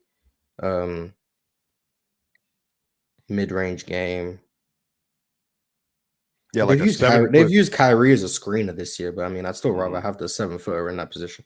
So, like, that's no knock on Kyrie. I think Kyrie's one of the best, but I don't have a list of best off-ball players. A lot of people be like, "Oh, this guy's top 5 in this arbitrary category." I'm like, you guys make lists for everything, clearly, because I don't have lists for the best off-ball players in the league. So maybe he is the second best. I don't know. I think I might have to go with Kyrie right now. For me, the separator between Kyrie and KD is Kyrie's ability to get to the rack. KD hasn't really necessarily shown that just burst to get to the hoop like he used to. Kyrie getting to the rack at will, and then it's like from 3, it's a wash. From mid range, it's damn near a wash. No, it's not. That's the only. No, it's setback. I think Kyrie's the better 3-point shooter, and KD's don't use the wash. mid-range. It's not mid range. It's obviously KD. Well, hold on. When I think Kyrie's a better 3-point shooter. So I mean, I don't know, but again, I think to Mars' point, like if he's in transition, Kyrie gets a lot of his lays out there. But if you're in transition, like I'm getting out of his way. You're like not standing in front of Kevin Durant. He's still finishing at a high level. I always prefer the better player as an off-ball player because he's still a very active shooter. So if I get him going to the basket, going to the mid range, coming off a pin or a curl, it's just I also really like Jokic when the ball's not in his hands. Mm-hmm. He moves all the time. Guards, I think Kyrie might be up there. I mean, I think Mikal Bridges is really good off the ball, but I think Desmond Bane is really good off the ball. There's a lot of guys who are really good off the ball. I don't know, but Kyrie is off ball, active off ball. LeBron, another dude. Oh yeah, we're going to talk about the counters that Darvin Ham implemented into his offense to beat the Nuggets out. Because don't worry, Darvin will be here soon. But he's on his way. Yeah, there's a lot of good off-ball players in the league. I think Kyrie's been underrated for a while, not just as an off-ball player, just as a player in general. This is what I envision, Mars. To be honest with you, this is what I envision between him and Luka. The fact that Luka can get him the ball and just let him work. This is what I thought was the reason why they ended up getting him there. Now, don't get me wrong, Mars. There was a point where I felt like Luka shouldn't have to do as much as he does. And watching throughout this series, I'm watching Kyrie Irving. And I'm going, this is the reason why I feel like he shouldn't have to do as much as he does. He should be able to have a safety valve in a guy like Kyrie Irving. This is what we got him over here for, where I could get him the basketball and get out the way and let him work. Paul George is good off the ball too. Yo, that shot he had in the right corner. That was a dagger, wasn't it? I'm talking about went over the backboard. He hit one of those earlier in the game too, but he did it going to his left. That really just shows you how deep his bag is too. Being able to hit the same step back going both ways. Chat, I know it sounds crazy. If you can make a step back going to your left, you should be able to make one going to your right. No, it's not that. No. especially for a right-handed shooter, making a step back going right is deep in the corner. Yeah, that's crazy. Jay Does It 15 said Brad Beal was the main issue. Bad defense, turnovers, couldn't hit a wide open shot all series. Yeah. Well, Bradley Beal. Do you feel bad? Do you feel? I don't. Well, no. Let me not say that. I feel bad as a human being for Bradley that he's not performing up to expectation. But basketball wise, Bradley Beal was Bradley Beal's biggest issues because you can be a low scoring player, averaging 16 points a game on 54 true shooting, or whatever it was. I can't remember what the number was in the playoffs. But what you can't do is make mental errors in the clutch in the Western Conference playoffs. Yeah. Giving the ball away or bouncing the ball off his leg or fouling Anthony Edwards for no reason. Like you can't do those things. What I want to know this. Since when did we start going baseline and making bounce passes to the corner from the baseline? Since Manu Ginobili did it. Since Steph Curry did that to Kevin Durant on the other side of the baseline for the bounce pass. So y'all talking about like 3 specific plays in the history of basketball? Because Manu Ginobili did it successfully. So now, it's a part of people's offense. People run offense. But a bounce pass going. They do it. No, LeBron literally perfected that hard turnaround, turnover his left shoulder, hard bounce pass. But they ran an in screen for JR or whatever on the backside. That was he wasn't open. This ain't what we talking about. I'm talking about something completely different. He had the ball, went baseline, and it was just like. I don't even know if we can call that up. I mean, obviously, it wasn't even hard enough. That's what I'm saying. It's That's deep. because he didn't wrap it. He just threw like a regular bounce pass, like just chest a to regular the floor. bounce Yeah, he pass. didn't It wrap almost looked like, to be honest with you, Mars, it almost looked like he didn't see him. Right. That's I how don't you think he feel. saw. I don't think he saw Nikhil because he attacked the closeout and then Cat was there to help at the rim, and I think he just saw the man in the corner and just thought. That's what I'm saying. It looked like he almost didn't see him. I don't think Bradley Beal was that bad in the series. Last game was bad, and obviously, like I say this all the time: a 4-game series, one bad game and one good game can skew the averages immensely. Devin Booker ended up being the Suns' leading scorer on average because he had 49 last game. He was Meanwhile, in the first 3 games. No, Mars, 14 a game, Mars. 14 a game. So like four games can skew averages a lot. I think Bradley Beal was actually pretty good in the first 3, like for what you expect from your third option, Bradley Beal. I think he was solid, and I think he did make his open shots. I don't know what I don't. I saw him knock down a couple open shots. Yeah, I can't remember who sent that super chat, but I didn't agree with it. So then I looked wide open catch and shoot jumpers. He was at 62.5% from 3. He was making them in the playoffs. So I just don't think that's true. I think people are skewed by the last game. I think overall, I don't think he was terrible. I think the Suns aren't good, and I think he had a bad, very, very bad last game. But I do think, like mentally, I think you go through a game like that, closeout game, to get swept. After saying I've never been swept. That can affect some people. Now I don't know Bradley Beal's mental makeup, but he had a great family. I expect Bradley Beal to come back balling next year. I actually expect the Suns to come back better, just based on who I know Bradley Beal is and who I know of. And this is just my perception. I don't know them personally, but what I know who Bradley Beal is, the type of competitor, and Devin Booker. I expect them to come back a little stronger, but they obviously have to make tweaks. Well, I expect them to come back better. I expect them to come back more locked in, similar to like we got almost 4 straight years of Devin Booker, like the Lakers last game, where it's like, okay, we got our asses kicked 3 games. We got to come back more locked in. We got to come back better. I expect them to be more focused. Them dudes did that. Ron, I think you going off of these dudes as players. Them as individual players is not the problem. The system that they're running is the issue. They're isolation, one-on-one guys. That plays right into the hands of Minnesota. That's a terrible matchup for them. Now, is Vogel's job on the line? And I was just about to get to heard that apparently, like he's probably going to be made the scapegoat. Yes. I think the roster was just not constructed for what Vogel wants to do. And when this roster was constructed, the biggest issue I had was redundancy. That's what you're gonna you got 6'3", 6'6", 7 foot, all same archetypes. That was the problem that I saw that could be their biggest issue, and I think it did like come into fruition. Now I didn't think they'd get swept, but after watching game 1, knew it was a problem. Sure. It was a concern. But I think I don't know what the answer is because they have mortgaged their future. They have given up any sort of leverage that they may have in trades. They don't have anything that's movable. Well, they have a first pick this year, I believe. But after that, I don't know if they have another one. This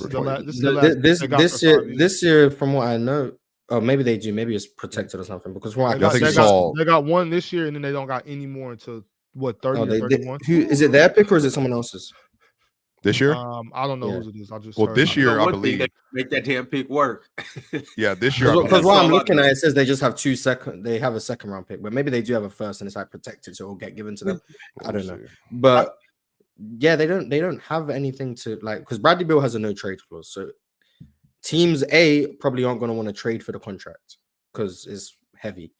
And B, he's going to determine where he wants to go. So if he wants to go to Miami, he's just going to say no to any other trade that gets put on the table. And Miami aren't going to give up their future for Bradley Beal. Hypothetically. You think you're shipping me to Portland? It's not happening. Yeah, so like...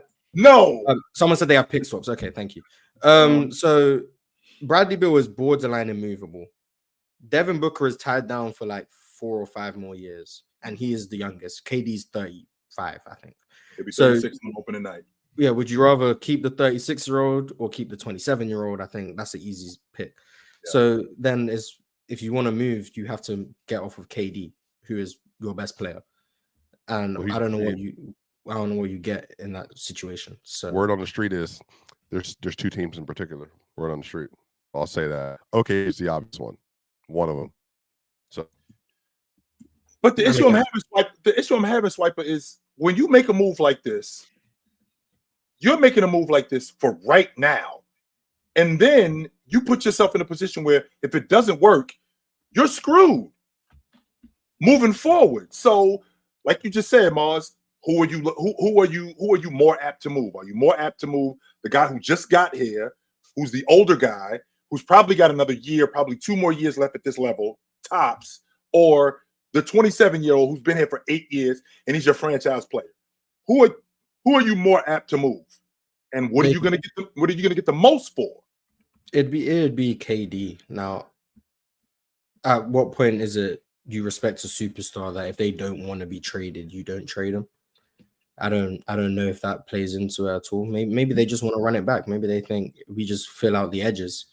They can figure something out. I don't know. Maybe they move Nurkic. Maybe that's the answer there, because Nurkic is making like 19, 20 mil or something. Yeah. Because I think the biggest issue, and you guys asked like, why didn't he double Anthony Edwards? They're too slow in rotation. That's what it is. They're too slow in rotation. They were just giving up wide open threes anytime they did. And the Timberwolves were making like 50% of them last game or whatever it felt like. So it just wasn't worth the get the ball out of Anthony Edwards' hands, and then you're scrambling and you're giving up wide open corner threes to guys who won't miss. So you kind of have to just play him one-on-one at that point, because you don't want to be in rotation. Anthony Edwards is that good. But with that being said, Mars, I mean, you got to pick your poison, and I'm more willing to not just Alexander, but Naz Reid, Slow-Mo, guys like that. I'm more willing to bet on those guys, especially when we're in the meat and potatoes of the game. I'm more willing to bet on those guys shooting than to have Anthony Edwards have Bradley Beal standing in front of Anthony Edwards one-on-one. I do not like that matchup. I hate that matchup, as a matter of fact. I'd much rather get the ball out of his hands and tell Slow-Mo, you do it. I'd much rather get the ball out of his hands. If Alexander Walker is going to knock down threes, have at it, my man. Absolutely. But what I don't want is I don't want him in front of Brad. I don't want Bradley Beal in front of him and saying, in order for us to win a game in this series, you have to slow him down. I don't like that matchup at all. All right, fellas, I got to tell everybody out there to like the video, all 2,300 of you guys, and everybody that's watched the video up to this point. If you jump back in here, like the video. Everybody that's going to watch the video from now on, like the video, man. Let's get the likes up. Also, tonight we will be on playback yet again with my man Chilltown Hoops, and we will be watching the Lakers the Lakers and the Nuggets play Game 5. So y'all tap in and make sure that we watch potentially a classic. Also, DSG Piccolo sent through a super chat regarding this game. He said Murray got a calf strain? ? Damn it. Damn, it really might be the Lakers in 7. Can't play around with them calf strains. Strain. It's not just to be clear, strain, not sprain. Giannis has a calf strain. Mm-hmm. And you don't want Giannis to come back. Well, Giannis apparently, Maul apparently got it in the second half. He finished the last game. So we'll find out what happens tonight. No, it's risky. You flip-flopping. It's risky. I'll just tell you what happened. Yeah, I mean, I think he got it. If I remember, like I've seen him holding his calf after he made a shot in the 4th. Mm-hmm. That's what I've seen. Now maybe it was bothering him before that, but that's when I seen it. So I can only go off that. I think it's risky. Now you guys are up 3-1. Do you want to risk blowing a 3-1 lead by resting Jamal Murray? I don't know, because Reggie Jackson's not right either. So he hasn't been right all year. Respect. So I don't know, but I'm always going to err on the side of caution when it comes to players. Christian Brown, KCP, MPJ, AG closing lineup. Swiper, I think that this series, I don't think that it goes past tonight, but can the Lakers make this thing interesting? No, I've been just. What I want you to do is I want you to take the Denver Nuggets. No, I am. I'm telling you, no. There's a reason why they lost 11 straight games, and I think that they played. LeBron was 20. LeBron and AD were 25 or 40 from the field. Russ and Reeves for 15 of 30 from the field. Then they won the rebounding battle. The Nuggets came out. They were down 13 in the middle of the half. Third Right. quarter, the Lakers for the first time went bar for them in the third quarter, making 3-pointers to stay in the game. They did everything possible to keep them from getting back in the game double digits. And then by the fourth quarter came around, the Nuggets, because they were playing like idiots, they wanted to try to put the foot on the gas, try to get back in the game. It's just not going to happen. So can they duplicate a third quarter similar to that? I don't necessarily. I don't think the game starts like they did last game. So that's why I don't even think it's going to be in that situation to get down, like to be down 15 points and be like, oh, all right, bet, let's try to turn it on again. You can't do you that. don't want it to happen, or you don't think it will happen? Like it happened because the Lakers have jumped on your boys before. They've done that. They jumped on your boys before. Well, I think, but again, I know people don't want to hear this, but the Nuggets have gotten to the point, because Jokic talked about this too, because he said this directly after the 11th win in a row. It's really hard to keep playing the same team over and over again, because you have to find different motivators. Mm-hmm. So I think for them losing is a big deal. The motivator is the Larry O'Brien trophy. Why do you need to find motivation in the playoffs? The Larry O'Brien trophy is motivation enough. Swipe, you act like this series couldn't easily be 2-2 right now. It could easily be 2-2 right now. It's not like y'all. It's not like y'all just. But it's not like y'all just whooping on the Lakers though. The Lakers have been holding their own against y'all. You act like y'all are just. Who's been holding their own? So just to be clear about this, in game 3, matter of fact, you got me up here capping for the Lakers. Swipe. In game 3, they were up 13 points, and then they stopped hunting shots down the rest of that game because they didn't need to win by 25 plus points. I think some of this is game 2 for sure they could have won, but I think if game 2 they would have. Is what you're saying? Yes. They need to win. Yes, that's what. That's exactly they were up 13 points, and then literally like Jokic is. Right. He didn't even start. He was just passing by layups to run the clock out. So a lot of this is, I think, is that the Lakers have come out with such intensity every game, and the Nuggets were playing with fire. As I told them, I said they should not do this. They do this though. That doesn't sound like a championship team to me, Swiper. That sounds like a. I mean, I know they just won a championship, like we all know that, but you're describing a nonchalant, young acting, not taking the shit serious team right now. Has the loss of Uncle Jeff, Bruce Brown maybe threw y'all championship pedigree off a bit? Are you trying to tell me that because my parents ain't here that I can like run around the house like a crazy nut now? We know we not supposed to be doing this is more so a narrative. I got people in the house.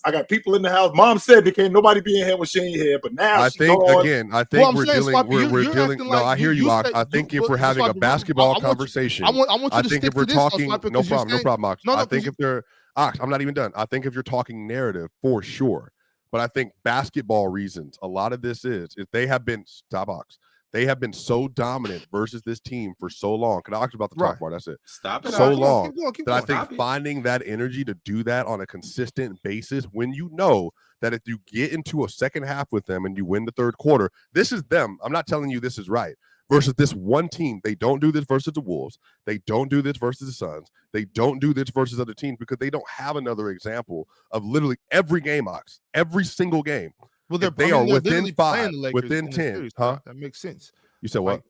I mean, what other team have they played 4 times in the playoffs? It's only been one series, so of course they haven't played the Wolves. Well, it's regular season. It's the same thing with the Warriors. The Warriors are 7-0 versus the Warriors. So specifically against the Lakers, y'all just can't find motivation to play anymore. They're just sorry. No, I y'all think just can't find motivation to play. Is what you're saying? If you're watching those first quarters, the first quarter of game 1 when the Nuggets basically ran that game from wire to wire.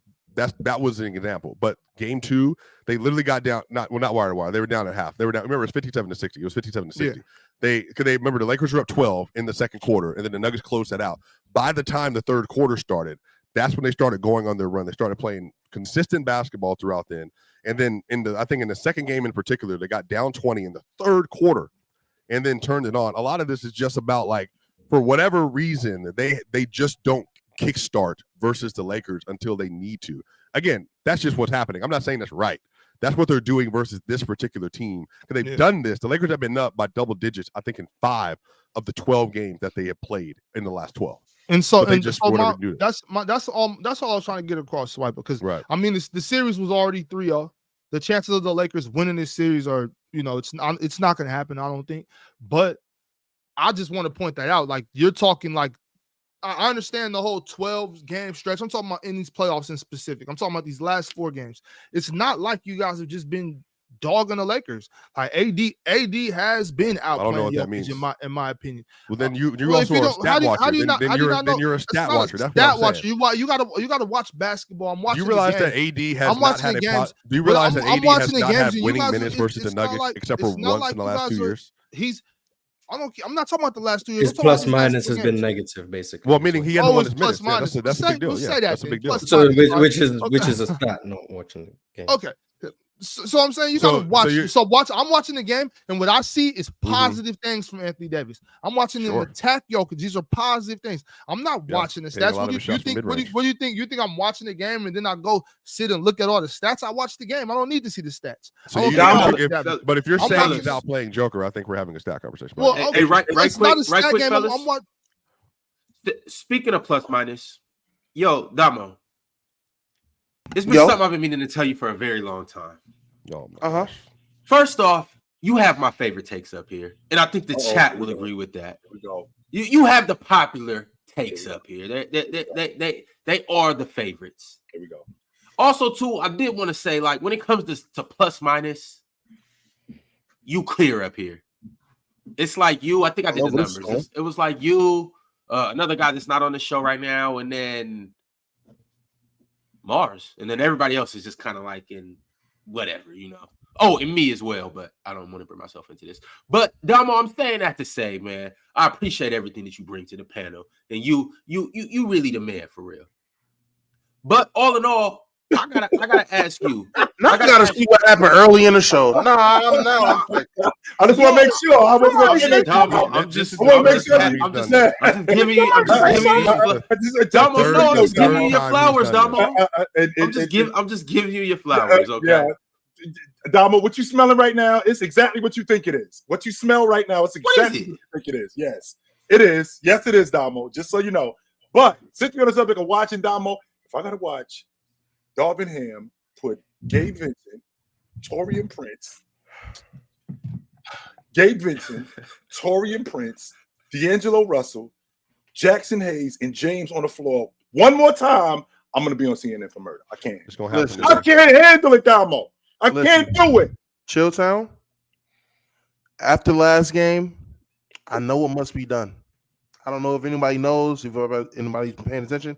You I know didn't watching watch the last games? game. Yeah, I you didn't know watch watching last the games. game. Last game was the first Laker Nugget playoff game I did not watch. Now, y'all can call it superstitious. Y'all can call it coincidence. Y'all can call it BS, luck, whatever you want to call it. All I know is, growing up as a kid, the only times the Dolphins won is when I didn't watch. So I said, maybe I need to bring back the old juju because I don't know what's going on against the Nuggets. So I'm not going to watch. And we ran that game wire to wire. From what I heard, I don't know because I didn't watch. So all I know is I'm watching every playoff game except Nuggets versus Lakers. So I don't know what happened game 4. If it was my job, I'd do the same. All I know is we won game 4. And that's all I care about. Same thing for me in Orlando. I don't watch. They score 120, so I'm not watching. Damo, if y'all win tonight, are you out the entire series? Yes. He gonna watch Game 7 and sabotage his team. I'm not watching Game 7. I've had so many people. Bro, what if we really come back? One, which isn't gonna happen. What if we really come back? Hey man, y'all welcome. I'm willing to sacrifice for the greater good of Laker Nation, man. Of the crew. I know. Hey, I know the responsibility I hold being like chief Laker fan. Like I know it's my responsibility. So yeah, I don't know what happened game 4. I've only watched games 1 through 3, and from games 1 through 3, they all went the same way. We start off good. We start off playing good basketball. In the third quarter, we collapse for whatever reason. Hey, let me not blame the obvious ham bone in the room, but for whatever reason, we just collapse in the third quarter. And then we play small, with Jokic on the floor. And then we go away from whatever was working all first 3 quarters. Well, first half. And then we lose. Now, I don't know if that happened game. Well, apparently that didn't happen game 4. I'm glad Hambone decided to not Hambone. But y'all let me know how the rest of the series go, because I promise you, I won't know because I really want this. So I won't know. I really won't. And don't let them niggas win when I don't watch. If they win again and I don't watch, I might as well be that's that magic meme right there, Damo. Which I ain't gonna be there. honestly, I'm not. All right, y'all. I'm running a poll right now. How is this series gonna go? Nuggets in 5, Nuggets in 6, Nuggets in 7, or Lakers in 7? Y'all go ahead and vote. Why you doing Lakers that? in 7 is seconds in the poll. Nuggets is 7. It's what, boss? That's that Laker media cartel, Morris. What is happening right now? Is Jamal Murray out for this next game? He's questionable, but he'll probably play. I want to see a 3-0 comeback, and I don't want to see OKC lose. So, for the sake of history, I want to see that. You know, Jamal, you don't gotta play, man. So ready. You got a whole playoff to worry about, Jamal. Don't worry about this game. You need to play this game, ready Jamal. to get done with the Lakers. You got a long playoff stretch to go. Every man. time I open up my Twitter app, there's the Lakers media with these, percentage of possession they were in an organized offense tweets, and I'm just tired of seeing these tweets. No other team does this. No other team has this. No other team in the NBA. I have to look and see 50% organized offense. 75% organized offense. It's just like, all right, bro. Like, What does that even mean? Organized offense is just running the play. It's running plays. That's They it. track That's how all many it plays is. they run.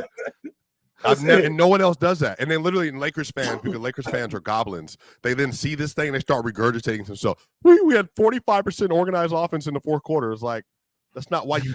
All right. And you know what I'm sick of? Every time I go on my timeline, and every Nugget fan in the world, for whatever reason, all got clips of fucking Swiper, and they all at me to clips of Swiper every time. I don't know why. Like, he's the poster boy for Nugget fans. I'm popular. So every time, All right, that's what we call it. Damo, But every friend. time- We're literally friends on Twitter, so you would see everything. All I know is I know that I think this series is over tonight. I do. However, if we get to a game 7, and the Lakers manage, I'm so tired of this to conversation. pull this out, are you telling me, Damo, that LeBron James comes back from a 3-1 lead against a 73-9 team, and then he drops the defending NBA champs after being down 3-0? Bro, What's going to happen? Is this first take? Instant GOAT status. He's the GOAT. I'm just saying. Nothing to talk about no more. This first take? I can't even fathom to try to think about how happy I would be. Like, I can't even, because I'm just on this new path in life. I just can't even fix myself to even think about something so asinine like that. Me too. I think the series. I'm gonna just roll with the punches. I'm gonna just continue to support from a distance, and I'm gonna continue to worry about other things. Well, I don't know what y'all talked about so far. I know what I want to talk about. We haven't talked about 76ers game. Talk about that. 76ers? That's what I want to talk about. What do you want? What was it, Damo? What's on your mind? On this platform. What's on In your this box. What's on your mind? With you people. Damo? I asked, hey man, in the NBA, top 3 shooting guards, why am I bugging for saying Ant deserves to be 1?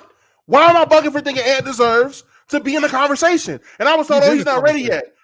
No. Now he's in the conversation. He always been in the conversation. No, he's been in the conversation for top 3. I'll give you that. Yeah. I'm saying, why is he not in the conversation for the best? Devin Booker's still better. That Devin Booker? Yeah, Devin Booker we just seen 4 games. Now, don't get me wrong. Before I start slandering, that was the hater.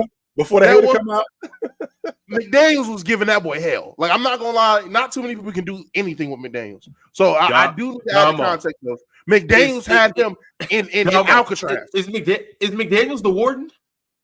Man, he might be. He might be. Boy. I ain't never seen. The last time I seen D-Book work that hard, he was crying to Jakim Noah about double teams. I ain't never seen him work so hard. Like, I've never seen him work so hard. That boy had to work. I was like, oh my God. And then Kevin Durant. Oh, Kevin. You know what this reminded me of? This series reminded me as a Laker fan. It reminded me of that young Thunder team that beat the Lakers in the playoffs. And it was like a passing of the torch of like, yeah, the new era is here. Like when Russ was out there throwing up and-ones, and they had OKC rocking from wall to wall, just crazy in the playoffs. They knocked out the Lakers, and it was this big thing. I got that same vibe watching Ant sweep Kevin Durant. Oh man, as a known KD hater, this was a great thing to see. Not like KD played bad, It's not even like Ant dominated every game. He had a stinker. Then he had like 15 points game 2. I want to say like he did not play that great game 2. That was a two-way masterclass from Rudy and Jalen McDaniels that game.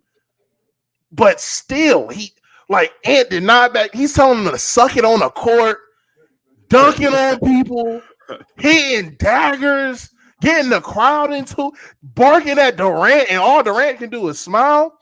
He about to be a Timberwolf next year, man. Watch. He's a Timberwolf next year. You heard what KD said. KD said that Ant's his favorite player to watch right now. I bet. And I bet Cat and I bet Cat been one of his top 3 favorite players the last 3 seasons magically too. Like I bet it makes sense. Oh, so Damo, he easing his way over there right now. That's what you're saying. Oh yeah, he's KD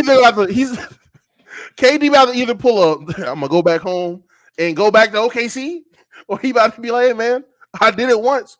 Why not do it twice? Yo, Minnesota, y'all need a vet, baby. Y'all need a vet. He got two separate group chats right now. He got one group chat where he just glazing right now. Oh man, I just love what you boys is doing over there. Cat, I never knew you. I knew you could shoot, but I didn't know you could shoot this good. And man, I can't wait to keep watching you. Then he got the other group chat where he's just basically sending dog emojis and saying "ruff ruff ruff." That one. He got a whole different group chat. Yo, Shay, man, listen. I see it. What me, Russ, and James did, hey, that's y'all. But you know what we was missing? That real veteran leadership on the court. That's what we were missing, and that's what I can be. Man, he's a dirty guy, man. He's dirty macking right now. He is on full-time dirty mac for the rest of the playoffs. I'm in your estimation, when you see players like you just talked about, Anthony Edwards being a top 3 player, what propels a guy over another guy in your estimation? When you watch a guy and go, all right, he's past him. How does that work with you? I look one game, just how is your game? How does your game stack up to everybody else? I look at, and this is crazy, aura / that dog in you. That is important. That dog in you is important. And most importantly, do you show up in big moments? Those are the biggest 3 things I look at when I'm talking about who's running a position, who's at the top of a position. Those are the main 3 for me. And since the start of, honestly, since the end of last season, since the Embiid, the FIBA games or what the hell it was this offseason, since then, we've all said, yo, it's a shift with Ant. And there's obviously a shift with Ant. There's a perception, there's a narrative. More people are trying to be like gravitating to him. He's being pushed a little more. When the season started, you've seen it. They're starting to push Ant more. Ant-Man's getting pushed more. The Timberwolves, they don't look like you. They don't look like your big brother Timberwolves. This is like a different type of Timberwolves. And then the playoffs happen. And in the first round, Devin Booker versus Ant. Devin Booker, who I had number 1. A lot of people had number 1, but I said, hey, man, boy.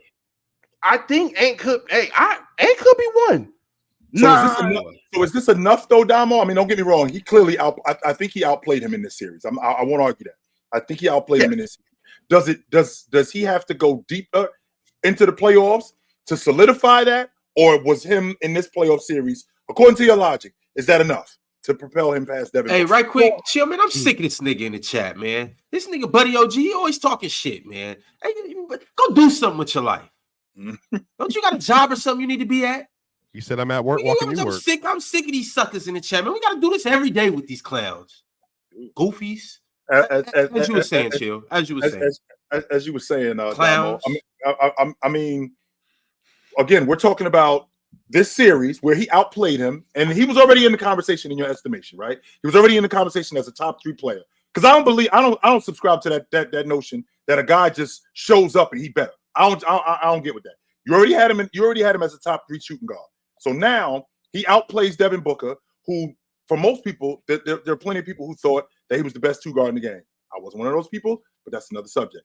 But for him to outplay him, right? Is this enough? Just this series, if he goes into the Denver series, because I think the Nuggets are going to beat the Lakers. If he goes into the Denver series and he's Book in that series, or a little bit better than Book, where he's like 19 a game, does he still stay there in your estimation, or has he still propelled Book? I feel like every season, I mean, rankings can shift and move, and I'm going by a year thing. So going into next year, without a doubt, from the years I've seen between Ant and the years I've seen between Book and what both of them can do. I mean, for me, and I'm not trying to convince anybody. I'm not trying to change anybody else's list. But for me, going into next year, when I'm asking who's the best shooting guard, or if I'm asked who's the best shooting guard, based on what I'm seeing so far, I'm most likely going to say Ant. So you're not trying to, if you're not trying to enlighten and elevate basketball minds, Damo, what's the point? You're not trying to convince. I can enlighten. You just talking. No. You can enlighten and elevate basketball minds without trying to convince people and without trying to pull people away from their beliefs. All you got to do is just tell the truth. And the truth, I mean, telling the truth. Free. Come on, it's not about the truth setting you free, man. It's just about what my man J. Cole say. What my man J. Cole say, man. Hey, man, just finding that new path in life, finding that peace, that positivity, that prosperity. Man, trying to convince people is so played out. Who's trying to convince anybody anything anymore? I don't need to convince you anything, honestly. All I got to do, tell you my truth, understand your truth, and we can just be productive. That's what's wrong with basketball conversations now. Everybody want to just convince. Mm-hmm. We don't really talk no more. No one really conversates. It's not conversation. It's no heart to heart. So I'm saying nobody. It's no real conversation. That's why the basketball conversation is as whack as it is now. Because it's not conversations. It's half-ass debates with people that don't know how to debate. So of course it's gonna get real nasty. Who you represent in particular? Name names. There is. You can't be called now. You got a name drop. Hey, Swipe, but that's what I'm talking about. Name names. Don't just say it.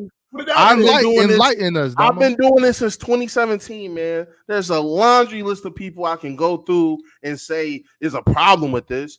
It's not about a specific name, but if you want a name, that means there's a name in your mind that you already think. So you know who I'm talking about. We've been talking the last 5 minutes. Hold on. That's big screen content right there. Who you thinking?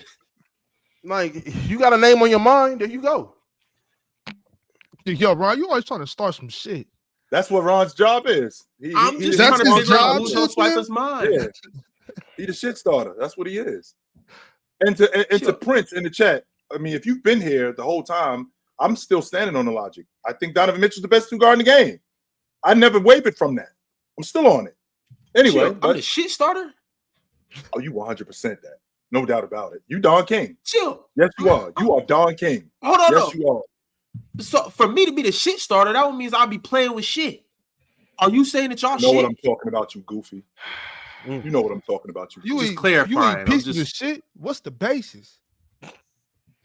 All right, bro. He just don't want to be up here on the show today, so we just gonna rock with that. But y'all, I got more super chats, so let's go ahead and get into it. MP13 said, "I have to say how refreshing it is to see collectively as a team the effort the Knicks put forth. I haven't seen such consistent, relentless effort on defense and rebounding like that in a while. Are the Knicks moving, y'all? Too, and it's working too. Yeah. Mm-hmm. Oh yes, it's working." The Knicks were one of my finals picks. I ain't gonna lie to you. Oh yeah, Joel Embiid. Shame on you, gang. You was already unethical. Now you a scumbag player? It's crazy. I could never. What's up with that?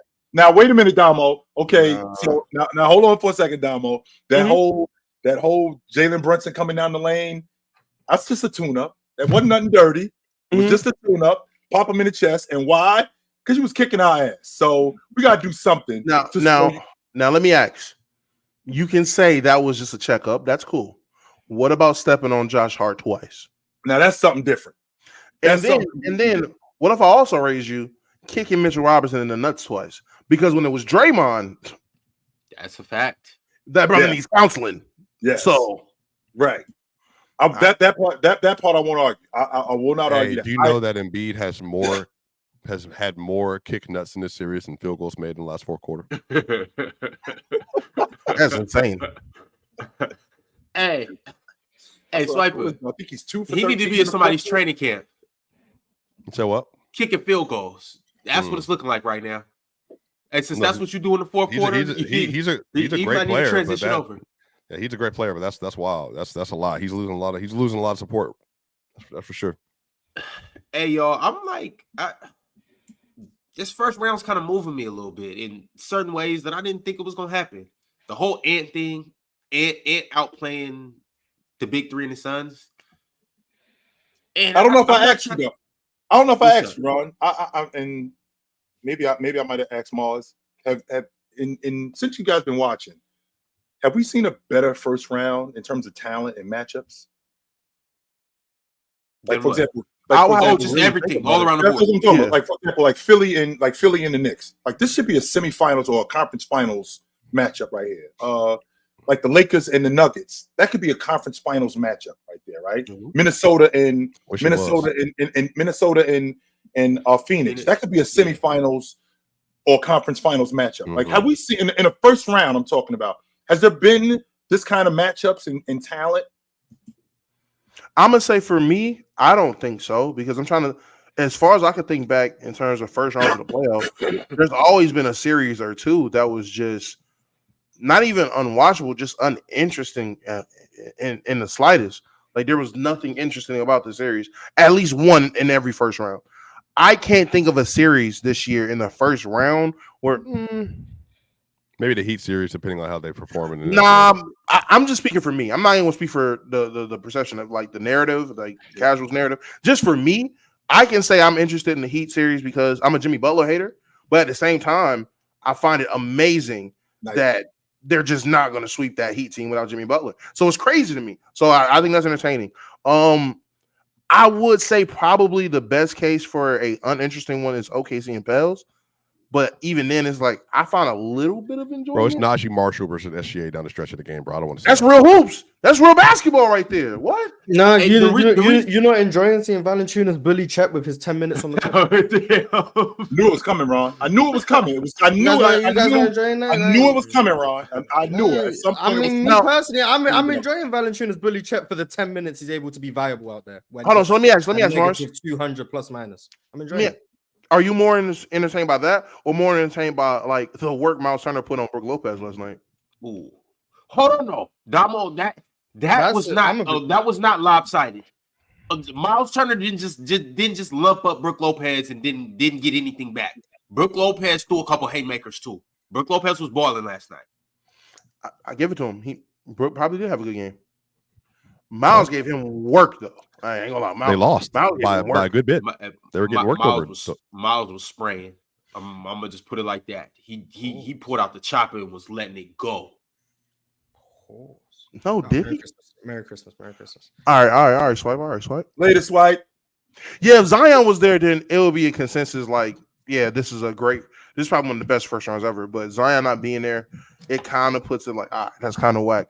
But I do get what you're saying in terms of matchups. I still think this first round has had some of the best matchups, both conferences that I can remember. At very least in recent memory, but in terms of me seriously watching ball, I can't remember last time it was this many good matchups.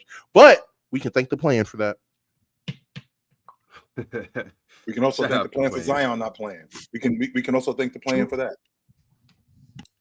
We can thank the plan for buckets not being available. Too. Yes, we can thank the plan for that too. With that being said, fellas, just to give a quick landscape of the playoffs. So we got the 1-8 series on both sides, Celtics and Heat, Thunder and Pelicans. Thunder are obviously up 3-0. The Heat are up 2-1. The Celtics I would say that's my bad. The Celtics are up 2-1. I guess that's how we could kind of see both of those series going with the number 1 seed having a commanding lead. Then you got the 4 and 5.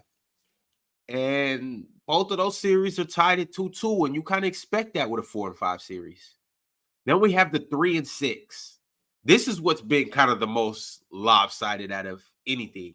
Now, the Timberwolves are the 3 seed, so you expect the 3 seed to be better than the 6 seed. But a sweep, when you look at both teams, that kind of seemed out of the realm of possibility. But once again, the Timberwolves pulled that off. Now, when you flip-flop to the other side, you got the Bucks and the Pacers. And the Pacers are up 3-1 on the Bucks. Obviously, it's a dynamic to that, but nonetheless, it's a 6 seed popping the 3 seed right now. And then you got the 2 and 7. Number 2 Nuggets are taking care of the Lakers. Who knows if that sways tonight, especially with Jamal Murray's injury. But it has. Would y'all say that was a competitive series so far? Depends on perspective. Okay. So You seen the graphic going around of the Lakers of Leads for like 130 minutes or 146, something? 146 minutes of, and the Nuggets have only led for 43 minutes of the series. Wow. That's it. So it has been a competitive series. I'm sorry, Damo. I apologize, Damo. I'm sorry, Damo. I'm sorry. No, Damo, that's insane. I'm sorry. You can lead for 47 minutes and 59 seconds and lose the game. Like, what that matters is who's leading once the buzzer goes off. I said that. Damo got that look on his face, like I had the answers to the tests and I forgot to give them to him. Like they were sitting right here, and I just forgot to say something. Like, "Oh, Damo, my fault, yo. I got the answers to the test right here, and I just forgot to give them to you." So I gotta ask you guys: it's two with the 2-7 series? They're both 3-1 with the number 2 seed leading. Which team is more likely to come back, Philly or the Lakers? Chad, I'm running a poll for you guys too. I mean, statistically, it's Philly, right? Because Philly Yes. went down 3-1 instead of 3-0. Mhm. No team's ever come back from 3-0. A team has come back from 3-1 many times. Plenty So of times. statistically, Philly have a better chance just based on that. So I'm a stat guy, so just go with the stats. In any other life, I probably would have picked Philly, but I'm not supporting that big Cameroonian dirtbag anymore. So He's American. Lakers. He's American. Nah, he's Cameroonian. No. Oh wow! When it doesn't benefit you, you just ship him back to Nah, Africa. I can't support that type of basketball, man. Shout out Draymond. Today is Monday. I don't think it's going to happen. I want to make sure I'm clear on that. I do not think it's going to happen. However, Damo, if the Lakers pull this off tonight, I will see you guys on Sunday for Game 7. I'm saying it right here, right now. If the Lakers pull this off tonight, I will see you guys Sunday afternoon, Game 7 in Los Angeles. And chill tonight. Where can the people catch you at to watch the game? 10 o'clock playback. Come through. Should be a damn good game. Yep, should be a damn good game. I think the Lakers. I think their credit card limit has already been reached, and I think it's time to wrap these dudes up. I think the series is over. Damo, I'm also not supporting that big Cameroonian dirtbag. Definitely not doing that, especially after what he did to my man Mitch. I'm with Mars. I want to see the Lakers do it. Like I'm kind of really digging the Lakers this right now. I don't know why. Something going on. It's just the California in me because I ain't been home. I just gotta attach myself to some California. Can you imagine the conversations that we would have if these dudes did this? Like what kind of talk we would have to have if these dudes actually did this? Like what kind of conversations would we have to have if these dudes down 3-0 against the defending NBA champs, if they came back and beat these dudes? Chill, my thing is chill. I really feel like it could. So from the games I've been watching, and this is all I was trying to say to Swiper. From what I've been watching, if I was watching these games, no scoreboard, right? Yep. Let's say there was no scoreboard, and I'm just watching the game, and so I gotta think of who's winning these games. I would think that I would damn near think it should be 3-1 LA. You know what I mean? Like the way it's been looking to me, it makes more sense that this series is 3-1 LA than 3-1 Denver from what I've been watching.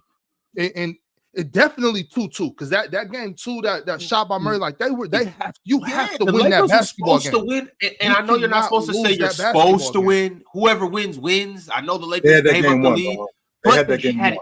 That's all I'm saying. Those are best supposed to. Mm-hmm. You always, every season, you're gonna have those games where you look back on and be like, "There's no way we lost that one. There's no way we lost that one."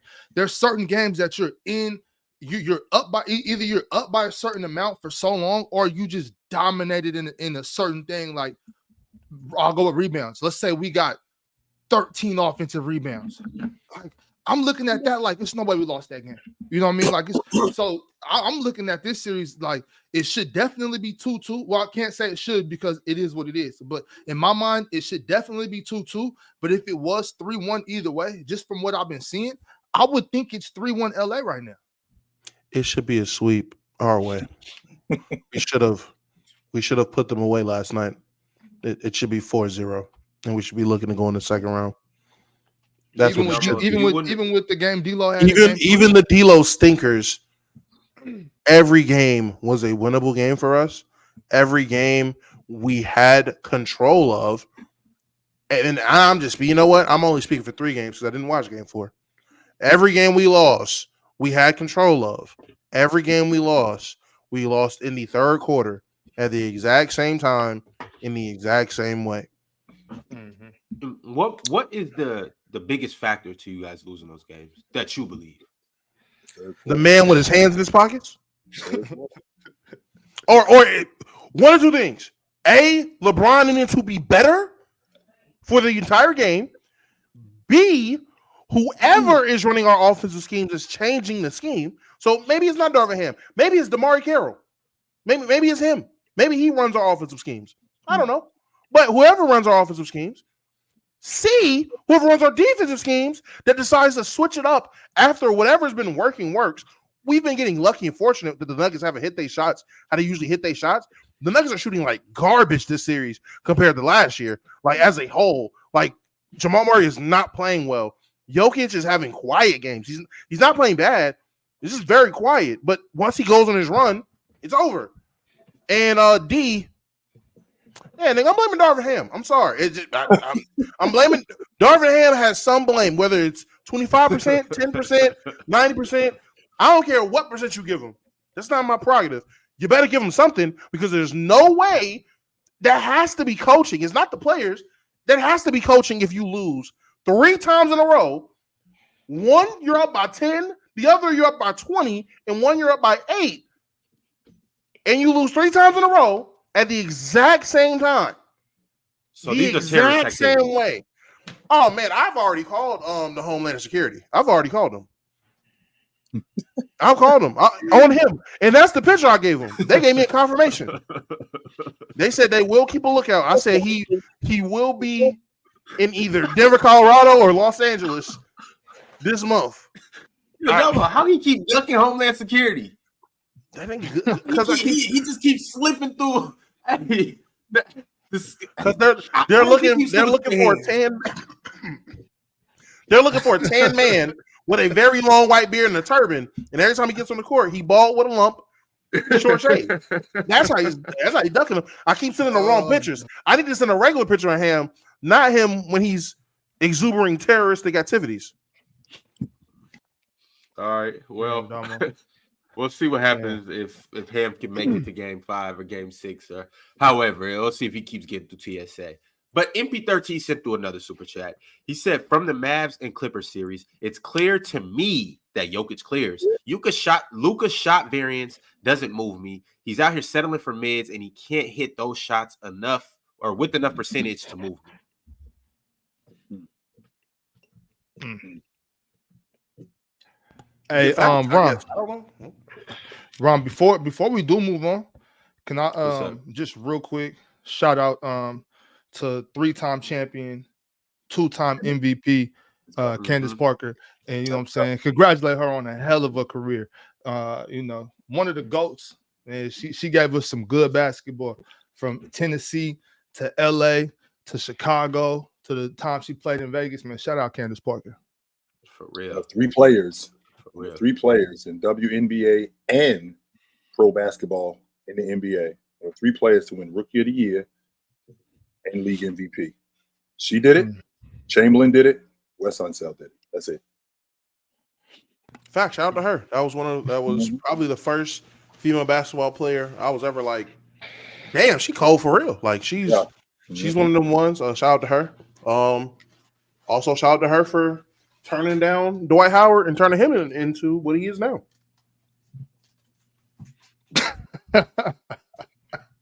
We cannot end on that note. What do I not know about Candace Parker and Dwight Howard that I need to know? Oh, chill. See, the thing about it is, we gotta go. We've already. Oh no, you gotta. Oh no, y'all gotta see the clip. Y'all gotta see the clip. Dwight Howard, like back in like 05, 06, super crush on Candace Parker. She was his lock screen on his flip phone. I know what you're talking about. It was the clip. It was with him and Sebastian Smith Hill. and all them. It's the McDonald's All-American locker room. They actually, it's a high school thing. They picking on him to make it fun. They're like, "Oh, you like Candace Parker, yada yada yada," and he's like, "Yeah." And then, as a matter of fact, I do. couple years later, she was Sheldon Williams. Shout out Sheldon Williams for being not Dwight Howard. Dwight Howard, and the rest And is Dwight- history. And Yeah, Dwight set his eyes on new things. yo, Sad Neil with the super chat said Ant-Man is a top 10 player in the NBA. He's an alpha among alphas. Will he be the star player at Team USA in the Olympics? Can Ant be one of the better players this summer? I will say, if Ant is looking like a top 2, top 3 player on this Olympic team, y'all can't tell me he's not a superstar. Like a bona fide, he might be in megastar territory going into next season. If that's I think it's going to help him being around those guys because I think they see him as up next, and I think that they're going to put that battery in his back. Like, this is what you have to do in order to be that. This is what you can do to be better, especially being around these dudes all summer. Damo, we've seen guys come back from the Olympics and have great seasons, right? We've seen guys come back from the Olympics who've been good, and then the next year you've seen them be even better. Like, I saw Barkley get on the Olympic team and win the MVP the next year. I saw Kevin Love. Like, I seen guys be on that kind of. I've seen guys go on that kind of tear. That's off the strength of them being around different players. And a player like Anthony Edwards, who's only 22, can just soak up all of that energy and that knowledge from guys like James and Curry and KD, who he says is his best, who he says is his favorite player. To be around these guys for basically the whole summer and understanding what it takes to be great on a consistent basis, because that's what being great is about. It's not about your skill set, right? It's not about that. It's about you being consistent in your work ethic, staying in the gym, and consistently doing it. If he's that, the best place he can get it from is them dudes this summer. And if he can get it from them, yeah, I think he's on his way to doing something special. DSG Piccolo said this dude Embiid gave up a wide open midi to try to grit at the end of the game, or to try to grift at the end of the game. He peak unethical, nasty work. How we feel about Embiid passing up that mid range to go in there and throw up whatever it is he thought he could throw up? I'm good on Embiid. You muted out. I'm straight. He talking to somebody else, I think. I think it made sense. You want to lay up because you want to lay up. I just think he should have made the layup. He's been good in the mid range. Right, he's been good. Last time he dunked the ball, we thought we already saw that. So, right, we already saw that. So we not doing. I can understand why that wasn't the thought process, right. But he should have made the layup. I think.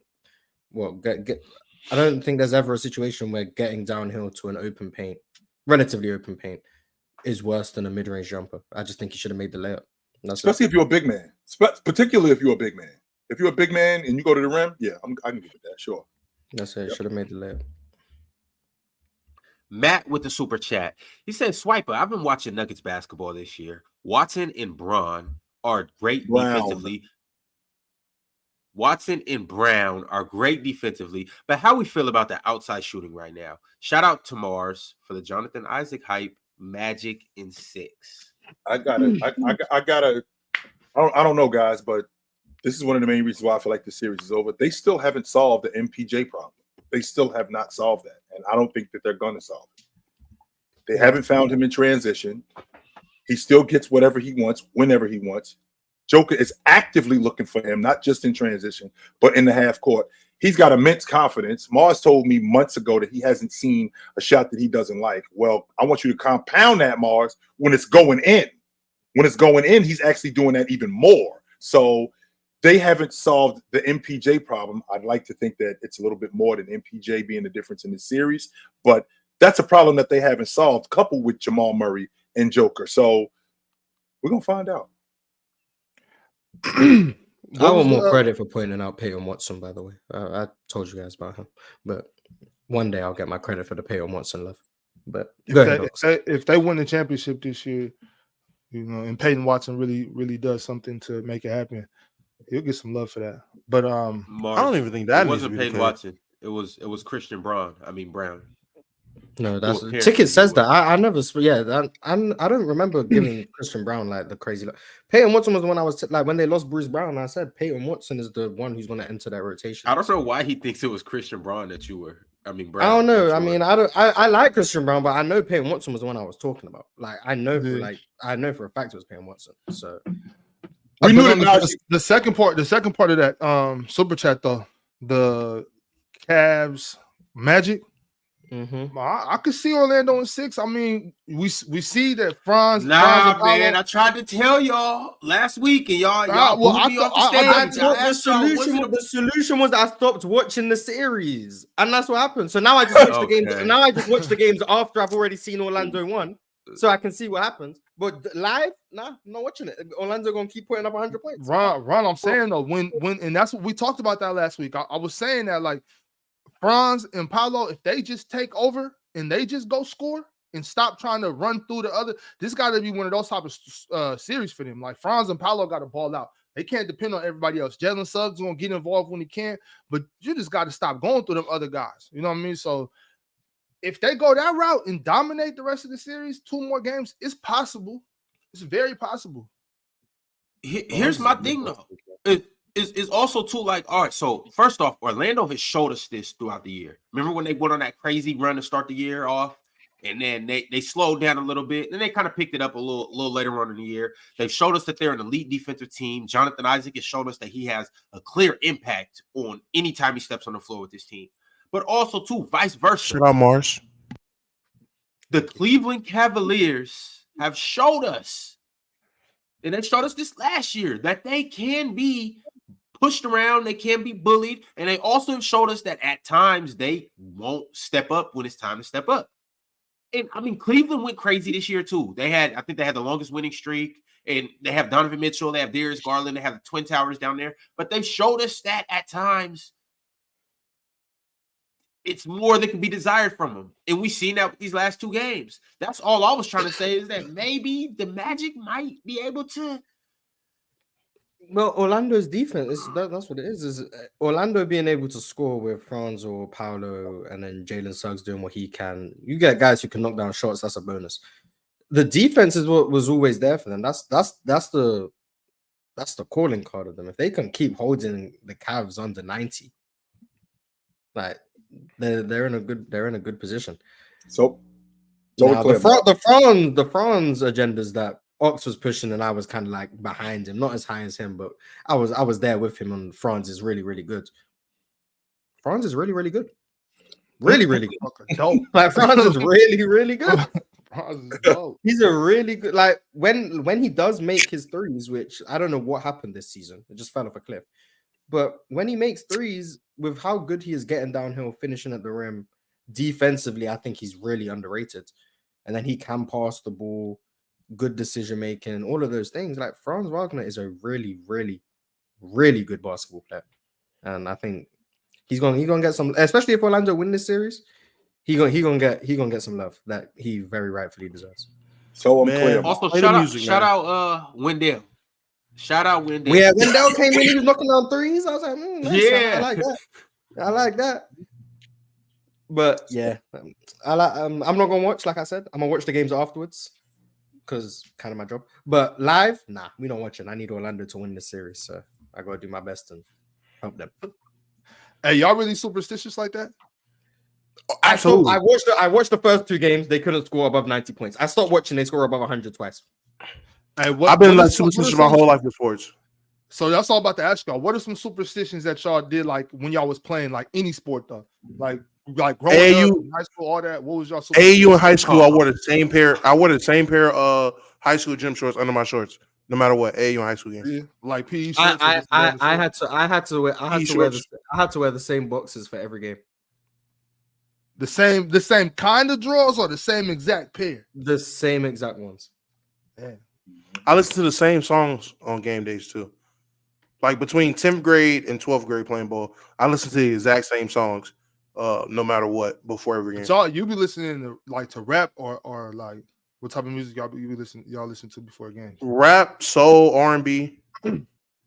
You guys gotta remember, in my music school, too. we play games once a week. Like you guys gotta remember, it's not basketball. Oh, right. Like, you Okay, gotta remember, I'm playing games once a week. So I was gonna ask you, Mark, how long yeah, did that go on? Because I'm just gonna let you guys know, like my sport is different. We not playing every other day. Okay, I'm see, I playing a didn't think game about once that. a week. Yeah, I'm playing the game once a week. So yeah. Nah, Damo, I can't listen to no rap. I could only listen to R&B. See, in high school, I couldn't listen to R&B. It didn't get me in enough of a killer mode. I had to listen to some trap music for real. Like I had to listen to something to really get me animated and ready to go. I needed some Whitney Houston and Mary J. Yo, I tripped off of you once I found that out. Like in college, when I seen your playlist, like, yo, you listening? We finna go to war. You listening to Mary J. Blige? Like, yeah, I need something to calm. I need something to calm me down because I'm. Okay, and I get that. I almost threw your iPad away though, or iPod away. I meant to tell you that one day, but I'll let it be. Yeah. What about you, Chill? What's some superstitions you had before you was playing ball or any sport? My freshman year of college, we didn't lose a game from January up until the national tournament. I wore the same pair of socks every game. Huh. That's crazy. That's crazy. AAU trips. AAU trips though. So AAU, depending on what tournament it is, we playing anywhere from 3 to 5 games. And AAU, I never washed my jersey in a tournament. So by the championship, like Sunday, my jersey is funky, but I'm not washing it though. I did that same thing, but with my headband and arm sleeve. I didn't wash them. Yeah, I'm not washing my jersey on an AAU tournament. So was they letting you on the bus, or did you had to walk? Nah, come on, right? I'm on the bus, but I mean, it's some people are upset, but that's just whatever. Man, so you sitting in the back, bottom window. K Mac 2004 YouTube said hot takes for next season: Asar, Amin, Chet, and Wemby will be on the first or second all defensive team. I hope so. They're of that caliber, but there's only 10 spots for a bunch of defenders. Like you got OG Anunoby, Jaden McDaniels, Herb Jones, Rudy, Anthony Davis, Bam. That's why it's weird. There's 3 All NBA teams, but only 2 All defensive teams. I do find that weird. I don't. Which, by the way, Miles, they're gonna have to not only expand that, they're gonna have to expand. They're gonna have to expand the All League defensive team. And is it possible that they expand the All-Star roster? Because we're going to have 2 more teams come into the league too. So because we got 2 more teams coming in the league, Vegas, if they end up with a team, and Seattle, when they end up with a team, they're not going to be bad forever. They're going to get better. So because they're going to get better, we may have to expand like the All-League defensive team to a 3rd team. We may have to expand the All-Star game roster from 12 to 15 guys. We may have to do that. It's possible, but I think Asar, man, Wemby's gonna make it this year. Chet will probably make it. Chet will probably make it next year. Asar and the men that is difficult for them just because bigs are obviously going to get the favoritism when it comes to all defensive teams, and then who they are competing with on the perimeter. I mean, I think there's a lot of good defenders in the league today. I know we hear a lot about how no one plays defense or whatever the case. I think there's a lot of good defenders in the league. It's going to be hard for them to make it. But you've heard me speak about Amen, and we spoke about Asar early on in the season. Hopefully he's all good with like the blood clots that he was dealing with. Hopefully like he's actually good and ready to go for next season. Like they're going to be good enough. I just don't know if they're going to actually make it, especially if Detroit aren't winning games. Houston, I think we are going to win games, but if Detroit aren't winning games, I don't know if they're going to give us all that type of love. Speaking of good to go, Coach Finch ruptured. Damn. Yeah, I wanted to. Crazy. Yeah, I didn't get to say too much about it. I wanted to say like, damn, that's crazy. Unfortunate. Ruptured patella. I think that's what Victor Oladipo had, and like that's no. Victor had it was his quad. Was it not his patella in Miami? Or in Miami it was, yeah. I think Oladipo still hasn't come back from that. He's done. A player. Yeah, like he's a player, he's an athlete. Like Chris Finch, a 54-year-old man, like that's a major. Yeah, that's tough. Prayers up to Chris Finch for sure. And it's just so unfortunate because it's unfortunate no matter what. But it's like your team is balling right now. Number 1 seed, not the number 1, number 3 seed. My bad. But y'all about to advance to the next round against Denver. So now it's like it throws a whole monkey wrench in what they about to do. Is he going to be able to coach? Do they have to have an associate coach now? Is he? How does that because of a patella? What you mean? He can't coach through his patella run. Is he going to be able to? I don't know. Ox, Like, what's Ox, what? Ox, he's going to be on crutches, so he can't stand up. So, what y'all talking about? Like, it's not. I mean, like it's very he can possible shot. he can sit on the bench. I mean, now how long he can sit with his leg like that? That's on him. But he can easily sit Man, on they the better go- sideline. If they need a coach to stand up and be animated, let the lead assistant coach be the one to stand up and run for a timeout. All that he can still be there and coach. They better get him one of them Phil Jackson chairs and sit him up high so we can straight his legs. That's a straight out, fact. you know what I'm saying? He'll be all right. Can someone push Move him around? that. Is crazy. Leonard Miller, let Leonard Miller, rookie that's not playing, rookie duties. Let Leonard Miller push him around. Literally, earn your salary this year. Right. Hey, that's We're not gonna lie. crazy. Daisha Nix is right there. That can be his job. But he's not a rookie though. I'm saying rookie duties. Like, Yeah, but he's holding on to his job in the league, so he can do what he Shout out Daisha Nix. I see them change, brother. Hey, you not in uniform, but you blinging though. I see you, brother. I see hey, you. you can swag like that when you're the best G League player on the planet. Facts. All right, y'all. I want to shout out the members right now, and also encourage everybody to like the video if you haven't, and become a member if you haven't, because, well, like it or not, the member's clear, and it's just as simple as that. But Champ became a YouTube member today. But there goes. Pythagoras. Pythagoras. Pythagoras. Pylon, Pyrex, Bully 360 with the wrist. Hey, forget the first two words. Pyrex, Bully 360 with the wrist. I see you, boy. Shout out my man 360 with the wrist, man. Hey, shout out. Let me stop. Shout out 360 with the wrist. Nicholas Payton became a member today too. JT the GOAT. My man. Me and JT was having a hell of a time last night on what? No, it's JT the GOAT. We were on playback last night. This is my man JT. But then he's the one that's pushing. Wrong. Maybe he did, but shout out JT the GOAT. And also too, JT pushing me and JT together collectively are pushing our Pacers and 6 over the Knicks, or Pacers and 6 F the Knicks propaganda. So we'll get there eventually, but shout out JT. The t-shirt under Mars hoodie. Whoa. Do you wear the same? Are you superstitious on the panel? Do you wear the same t-shirt under your hoodie before every, or is that open gym? I'm just wearing a hoodie. There's no t-shirt underneath that. You just got the hoodie on, chilling. Oh man, y'all killing me right now. Yo, boys, there's no way you don't got a shirt on under your hoodie, bro. 1000% just a hoodie. To let you know. Yo, there's no way, bro. Nobody does that. I've done that before. You know, you gotta take the trash out and it's in the wintertime or late fall and it's cold. Okay, I'll throw a hoodie on over this, but you can never wear a hoodie without a shirt on underneath, bro. That's like a cardinal sin. That is the worst feeling. I've been on Players' Choice for 2 years. I've wore a hoodie for 95% of episodes. On 0% of those episodes have I worn zero. Not 1%, Mars, like a 0.5% where you might have wore a wife beater. Yo, or Mars, go like this, no. bro. Go like this, Mars. No. Nah, sub to my OnlyFans. Link in bio. No. Yeah, he did say that, Damo. Yes, he did.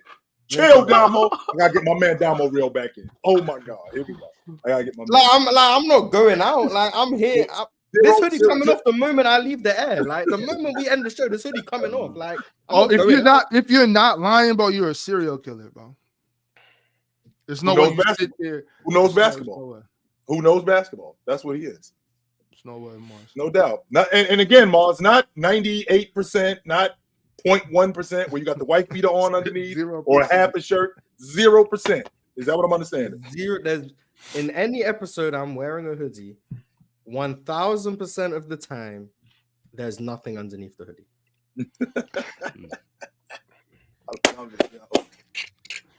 Yo, TC the Don said raw dog in a hoodie is diabolical behavior.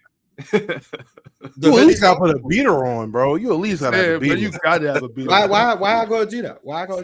Now remember where Mars from. Now remember, Damo. Why I gotta do that?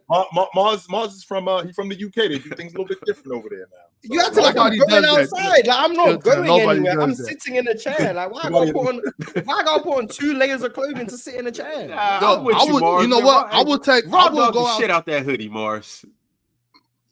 Thank you. Pause. Bruh, You're welcome. look. This is what I'm saying. I'll go around all day in a pair of forces with no socks before I go around all day in a hoodie with no. That you wow, hey Ox. No, that right But there, I'm you not, super but I'm loud not doing going around all day in a hoodie. I'm wearing the hoodie for 26 more minutes and then I'm taking it off and I'm going into my bed and getting comfortable. that. That's what's happening. I wear this hoodie. The moment the show's over, I leave the StreamYard. The hoodie is off. It's in the wash, and I go to my bed. That's what happens every single day. Hey Ox, don't let me hear you again say that, yo. You wow right now. And if I've opened gym, then it's fine. Nah, chill. I've seen him do it before, chill. On multiple occasions. Hey, chill. In 109-degree weather in Redding, California. I've seen him do this before. No shirt under a hoodie. Come on. It's not worse than the Air Ones with no socks on. You super wild doing it. Well, I wouldn't do either one of them. That's what I'm saying. I'm not doing either one. I don't get why I seen you do it. I'm so confused right now. Yeah, to take the trash out, something like that. No big deal. You know what I'm saying? Or something like that. You ain't got no slides? Right. So you have done it. Yeah, to take the trash out. I mean, everybody done that before. No, everybody has not done that. No, I'm not throwing the Air Ones on. You boys used to take the trash straight. I wear my slides everywhere. Like that's another thing. I'm not leaving my slides.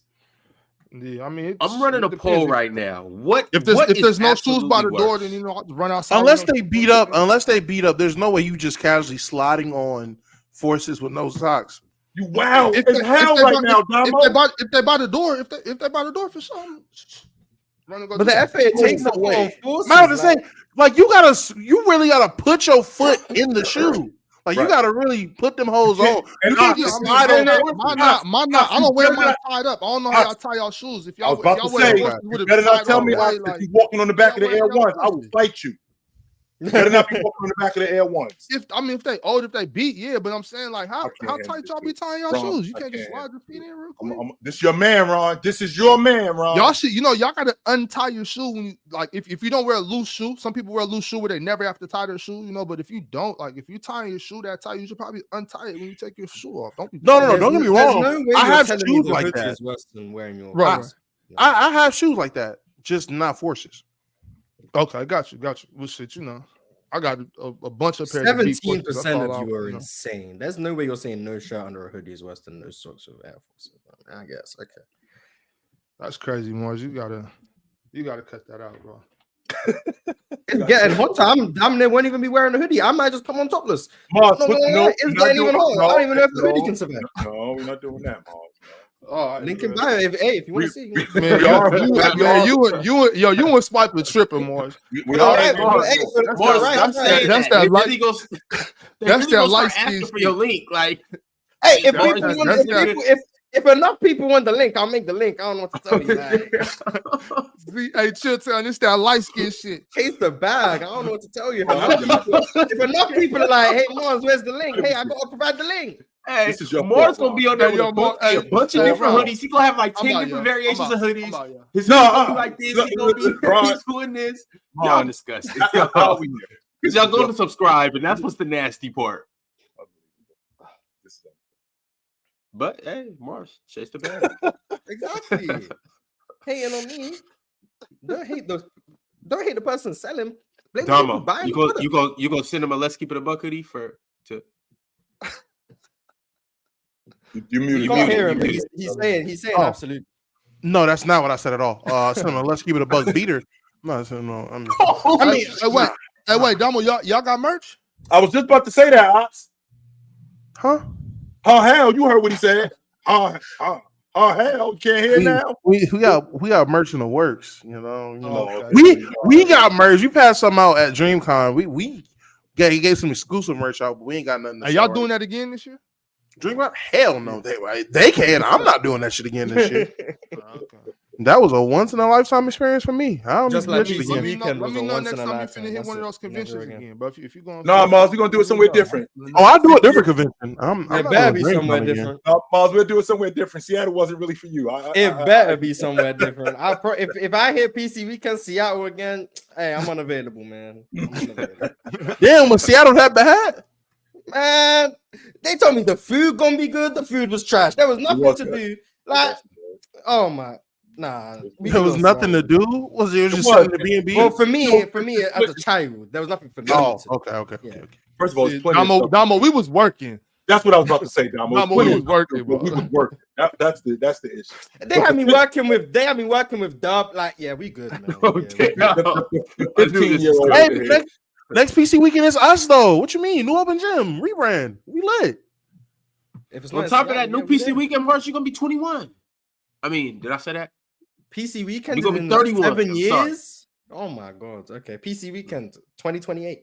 Yes or no, Mars? L-Dub. Yes, absolutely. Yes. Keys shot through a super chat. He said, I wish I could pop up like Dale do when you talk about KD every time you talk about Orlando. And shout out to me for bigging up Jonathan Isaac to Mars so he can big him up to you. Dub Damo, he been new. Mars, Yeah, whoa, hold on, Mars. Hold on, Mars. Wait a minute, Mars. Did somebody turn you on to him and you turned him on? We're talking about Jonathan Isaac since before he was even back on the court. Everyone Nah, trying to I ain't take gonna lie. credit. I ain't gonna lie. You Alright, seen that say no super more. chat? You see what he said at the end? I did been new. I've been new about Oh that. yeah, say no more. That's how it is. I've Say been new. less. Say less. All right, y'all. From the top. That's different timing. Said Ewing, Carmelo Anthony. They can't slow down Joel Embiid. Knicks don't win another game. I'm with Mars. Shut your ass up and stick to hosting, Elron. No A in your name. Philly and 7, man. Philly and 7. You can't slow down. See, and this is the propaganda and the prisoner of the moment era that we live in. You know, Jalen Brunson had the best game in the history of post game in the history of the New York Knicks. Like, I didn't watch Patrick Ewing go 45-13 against the bad boy Pistons in their building. They was about to go down 3-0. So, I'm sorry, I got landscapers around here. Hold on, folks. Landscapers, man. Landscapers. Facts. Shout out to Bernard King, who held the record before Brunson broke it. Shout out to him. Shout out to Facts, Brunson for facts, breaking facts. the record for real. Like that was Yeah, great. Brunson went on shout one out. yesterday. It's taken us 2 hours and 40 minutes to talk about this, but Brunson went ballistic yesterday. Yeah, but I mean, I think you gotta give credit to the Knicks role players for not allowing it, but making that possible. Because the first 2 games, Nick Nurse went with his stop the superstar, other guys gotta beat us type strategy. Then Josh Hart decides to turn into Steph Curry. He had to abandon the strategy because you can't leave the Knicks role players. So now Jalen Brunson's getting softer coverages, and you give Jalen Brunson one-on-one opportunities, or you give him a chance to create his own shot, and he's not seeing as much help. He gonna destroy you. And Jalen Brunson, the last 2 games since they've adopted that strategy, Jalen Brunson is tough. In the words of Kelly Oubre, when you're a player with that high level of a skill, that much skill, I mean, what are you supposed to do with 34 shots? You better get that many. But shout out Jalen Brunson, man. That tough game for him. Shout out to the Knicks. Again, the Knicks that's my second team I got coming out the East. I think the Knicks are definitely a bad matchup for a lot of teams. And they can make some noise for against any. I like their chances, honestly, against anybody. I mean, Yeah, Philly don't lose about again. that rebounding. Yeah, their rebounding is just as someone who's like rooting for the Sixers, like every offensive rebound is just demoralizing. Every single one. Josh Hart just be finding a way to get the ball. Like, go away. I hate Josh Hart. Oh my god. He has to study rotation of the ball. He got to be pulling like a Dennis Rodman. Like, he got to be watching the spins and. But that's why I say it's here, it rebounding goes is here. a skill. Like, you can't just say rebounding is like, it's like when people just say defense is effort. Like, yeah, it's effort, but it's skill. Rebounding is skill. Like, you can't just, if you try really hard, you don't just become Josh Hart. Like that's not like he's a skilled rebounder. He's one of the best small rebounders. I mean, technically he's at the same height as Charles Barkley, so like you could make his argument. But like Josh Hart is crazy. And like, I'm here, Philly in 7, Philly in 6, and I'm just watching him get 600 rebounds. I'm like, go away. But it's definitely a skill, Mars, but it's also the thought. Like a lot of people don't know they can get those rebounds. Like Josh Hart sees a ball and he's like, I can go get that.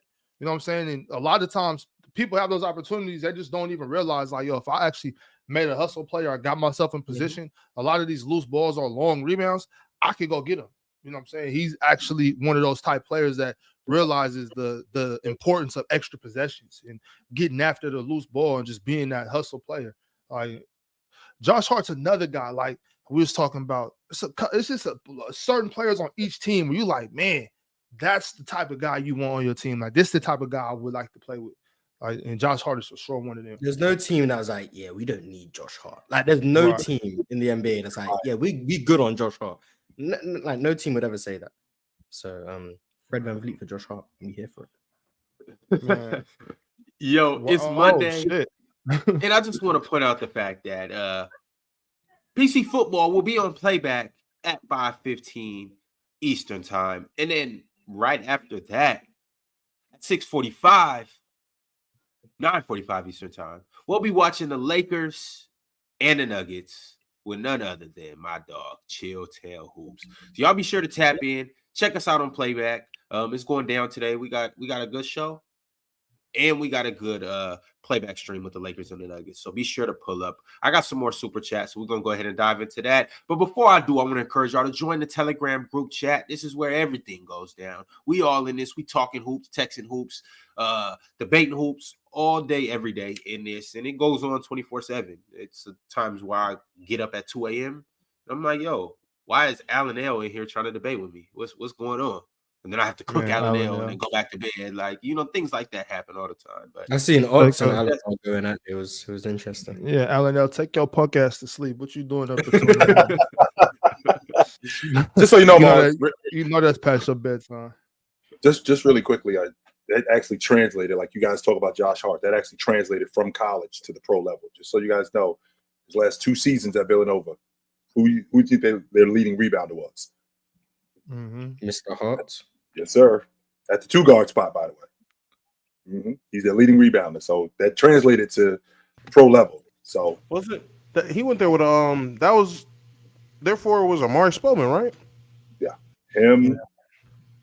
And I'm not, they need to go get Mikal. Just go ahead and make it a thing. Like bring Mikal over here. Let's just get the Villanova Knicks. Yeah, bring the squad back together.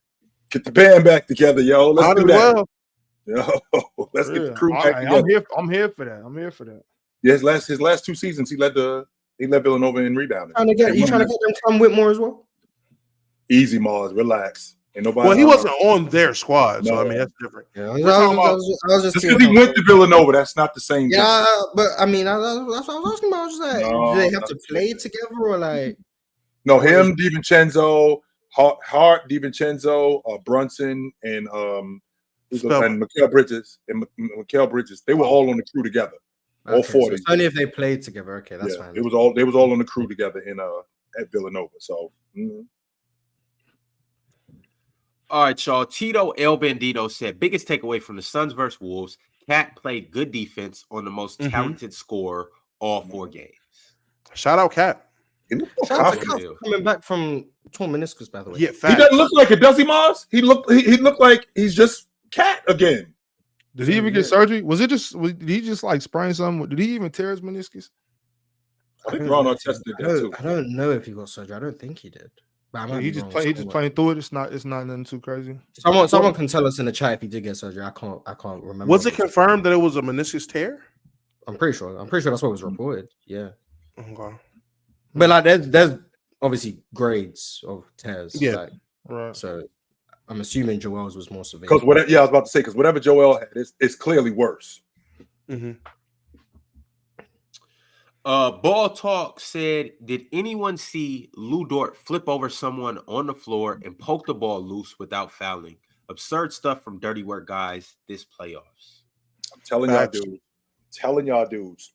Your stars get you to the playoffs. Your dirty work guys are who win it. They're the ones who's getting you second chance opportunities. They're the ones who's getting you loose balls. Those are the ones who are getting you rebounds. Those are the guys who are getting stops on defense. That's the guy in the huddle telling Kobe Bryant, yo, you score the rest of the points. I'll deal with 22.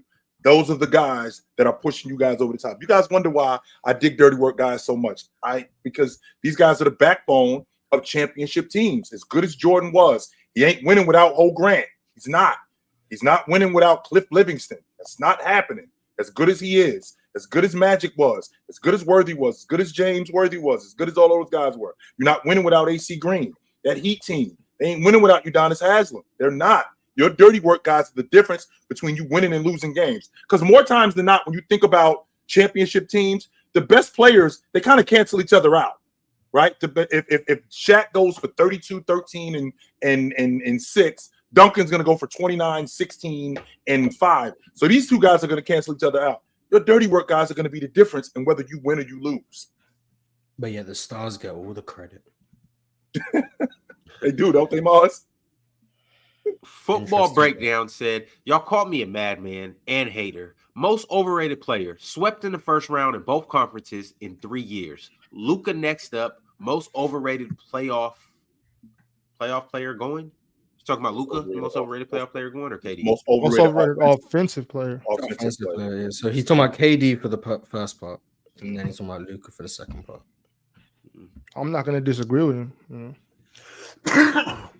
Alan L said, Ox be testing my patience in the group chat. Ox, Dub, and Mars is a front runner. How am I a front runner? Like, I didn't even do anything wrong. What did I do? Just because I kept changing my Clippers Mavs pick depending on which team took the lead. Like, that doesn't mean I'm a front runner. Oh, damn. So basically you was in the chat like, go Clips. Kyrie made the crazy layup, Mavs in 5. Paul George made the 3, Clippers in 6. I just kept going back and forth, and then the Clippers won, so Clippers in 6. You are definitely a front runner. Until next game, then it's chill. You know what? Chill. I'll take some gym socks.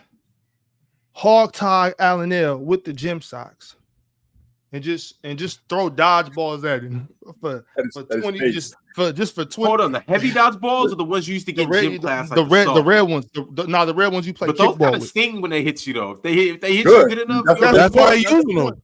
That's why I use them. I'm gonna just. Oh, you talking about the rubber ones? Yeah, the rubber ones. That you play kickball with. I'm gonna sit there for 5 minutes and just throw dodgeballs at Allen L. While he's hog tied with my gym socks. Hit him in the face. Hold on, washed gym socks or unwashed gym socks? Dirty, musty gym socks. Damn, Allen L. BKF said, hey, chill. I think the Sixers forgot about the memo to keep Josh Hart off the boards. 17 rebounds yesterday. OG with 14 of them too. Oh, by the way, Brunson is him. The one game that they won, they kept Josh Hart off the glass. He had 6 rebounds. It's not that easy. It's not. They know the rebounding is what's killing them. They can't rebound with the Knicks. They've been the best offensive rebounding team all year. Last year, they were the best offensive rebounding team in the league. They just can't mess with the Knicks on the glass. Like, you don't think Nick Nurse is like aware of what the problem is? Sometimes you just can't solve the problem. The problem is there. Like, you don't think Darvin Ham is looking at the Lakers, so he's like, hey man, Jokic and MPJ, they causing us issues. Sometimes you just ain't got the personnel. They just can't do it. You gotta give Josh Hart, give OG credit, give Isaiah Hartenstein, one of the best. Isaiah Hartenstein gonna get paid somewhere. I don't know what his contract is like right now. Isaiah Hartenstein gonna get paid. He comes off the books after the season. He's unrestricted. He's an unrestricted free agent right now. Yes, Isaiah Hartenstein is gonna get paid by any team that gets him. Ain't picking up the phone right now. Yeah, Miles, I'm 100% confident that whenever they go over the game plan in Philadelphia, somebody is raising their hand going, hey, what are we going to do about this Josh Hart issue? I'm sure that they're not glossing over that. I'm sure that they go over it. I know Ron said Kelly Oubre. I'm sure that they're going over Bojan. Jalen Brunson, so I mean, I'm sure they're going over Bojan at the long ball line. I'm sure they're going over Brunson one-on-one in pick and roll action, taking care of OG Anunoby. But I'm sure one of those assistant coaches is like, what are we going to do about Josh Hart? Josh Hart the difference. All right, y'all. We got a couple of other members. Jadine Anderson became a member. My Drift also became a member. Who else we got? B Squad gifted 5 Players Choice memberships, man. Big up to B Squad. Appreciate you for coming through with that. K-Mac 2004 YouTube also became a member. And Perfect became a member too. Also, we got some members chats. Oh, damn, you duped me. You got me. You got me. Perfect Prefect. Okay. I see. Trigger Trey said Ant-Man the best shooting guard in the game. Also, fire Frank. Do we not get bored of blaming coaches for bad roster construction? Nope. Okay. Damn. I'm gonna do it all the time. All right. I got another members chat from Doe734. He's been a member for 5 months. He said the Wolves will win the West. We see this happening. I don't know who's gonna win the West. If I'm honest, like the way the Clippers look, like the ball movement they have, like not knocking Kawhi, but when Kawhi's not out there, the way the ball moves, James Harden I think James Harden's been the best player in the series. The way James Harden's playing, Paul George, the way the ball just flies around the court. If they have consistent shooting, they're gonna be tough to beat. Dallas, I mean, what are you gonna get if Luka plays to the level you expect from Luka, Kyrie? Derek Lively needs more minutes, in my humble estimation. Dallas are going to be tough to beat. OKC look fantastic. New Orleans are probably out of it already. And then you got Denver, obviously the reigning champs. They look like they're a very good team without making threes. So what happens if they start shooting the ball well? They're going to be tough to beat. The Wolves defense is ridiculous. I don't know who's coming out of the West. I don't know who's coming out of the West. It could be one of 5 teams, in my opinion. All I know is that them boys with that number 1 seed is barking. That's all I know. But Chet's still getting bullied. Chet's still getting bullied. So you got obviously account for the bullying that will happen. So, I think the Denver Minnesota for. I think that Denver Minnesota win. I think that Denver Minnesota wins the Western Conference Championship. I think this is the Western Conference Championship between Denver and Minnesota. I can see that. Cultured Saunders said, let's not make this only about KD. He played pretty okay. Bill didn't show up the whole series. Booker only shows up game 4. What the hell does pretty okay mean? I mean, like you kind of alright. What the hell? I think he's saying it's not KD's fault, basically. Like I think that I don't think it's chill. He said what he said. He said pretty okay. Pretty okay. Like you kind of alright. What the hell? Yeah, chill. You sort of cool. You sort of cool. What the hell? Yeah, I don't think Ira said, what's up, Mars? I don't think it's the fault of any player. I think, Bill was bad in the last game, but I don't think it's the fault of any individual. I think the team just was Minnesota was better. The team was built incorrectly and they played against a better team. We always try to blame things. I think it could just be that simple. Once again, shout out to Minnesota. Like, y'all really proved me wrong, and y'all show that you really are like that. I'm excited to see this next series, whoever it's against. It's Hack Ira said, Kyrie has been a top 5 shooting guard all year, 26 points on 50, 40, 90. Best defense of his career by far. Only shooting guard over him is Edwards. Kyrie a killer. Think about it. Thank you. The best player on his team. I know that. I mean, Kyrie always been one of them ones. He just is extracurricular things with Kyrie, I guess is what you'd say. That gets him criticized. Mars, honestly, if none of that would have happened throughout Kyrie's career, we would be talking about Kyrie so much more differently. He would be a top 75 player all time. Those are the only stains on Kyrie is things that he's done off the court. Kyrie has no stains on the court. Maybe with the Celtics. Damo, you think that threw a monkey wrench in his seeding? They literally had they had the whole thing mapped out, planned out to present him with the selection for top 75 player. So he was on the list. He would have been on the list. Yeah, they had everything made for him already. And then he came out with the retweet of the book and Earth is flat, MAGA's right, Kanye's right. And I'm like, oh. Then they was like, yeah, all right, here you go, Dame. So they put it in there. They were like, where you at, Dame? No, how we said you already lost sent the the final private jet vote to the Bay Area. Hey, you know how we say you lost the final vote? Guess what, game? We lost. I was wrong. We was wrong, even though I don't think so. Psych! April Fools in October. Damn. Yeah. Hey, but he's like sold. honestly, like it's no world where Kyrie's not a top 75 player. I don't mind that. It's just not at the expense of Dame. That's all. I mean, there's people who were on the top 50 list who stayed on the top 75 who shouldn't be there. That's what it is. Like, Right. we need to the people be like, oh, get AD off the list. Like, AD is not the problem. Damian Lillard is not the problem. Should Dwight Howard didn't make it, or did he? No, Nope. not. Like, Dwight Howard should be on the list, but it's not at the expense of AD. Right. Guys like Well- T-Mac should probably be on the list, but it's not at the expense of Damian Lillard. It's the guys who played in the 50s and the 60s who shouldn't be there, who stayed on there because of respect. And if you don't think T-Mac It's more than just respect, though. I think it's more so of a legacy that you got to be the best 25 in your time to be on the list. And I understand what you're saying, Mars, and I agree with you. There are players now that aren't on the list that are better than players from back then that are on the list. I 100% agree with you. You're right about that. I just think as far as this particular list goes, it's not necessarily about who's the best 75 of all time. It's just more so these are the, of their generation. This 25. Yeah, this 25, I understand this why 25. it went that way. I just think we as fans should understand our beef isn't with AD making the list. Our beef is with some guy who made 4 All-Star teams in 1958 to 63. Probably isn't better than Dwight Howard. That should be our problem as fans.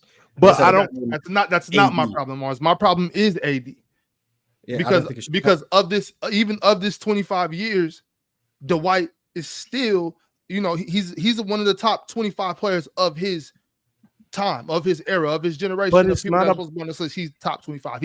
If you ask me, Fellas, he should have got it over AD. I got to step in because time's winding down. It actually is 11, and I got a bunch of super chats I got to get to. If y'all got to leave, I understand that, but I got a few more that I got to read though. So let's get through these.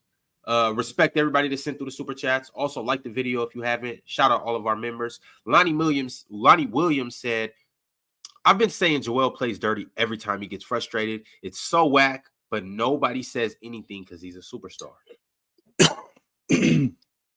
Okay. All right.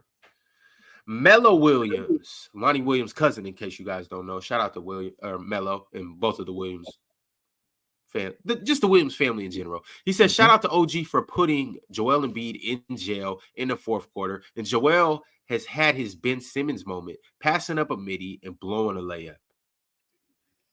It's not Ben Shout out Simmons, the man. process.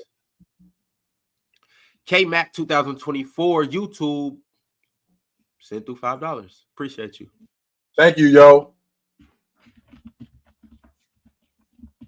Sam Riv said, fellas, list the top 10 current shooting guards. Top 10. Oh my god. Hey, Ron, I got to bounce, brother. I will see you dudes All right. tomorrow.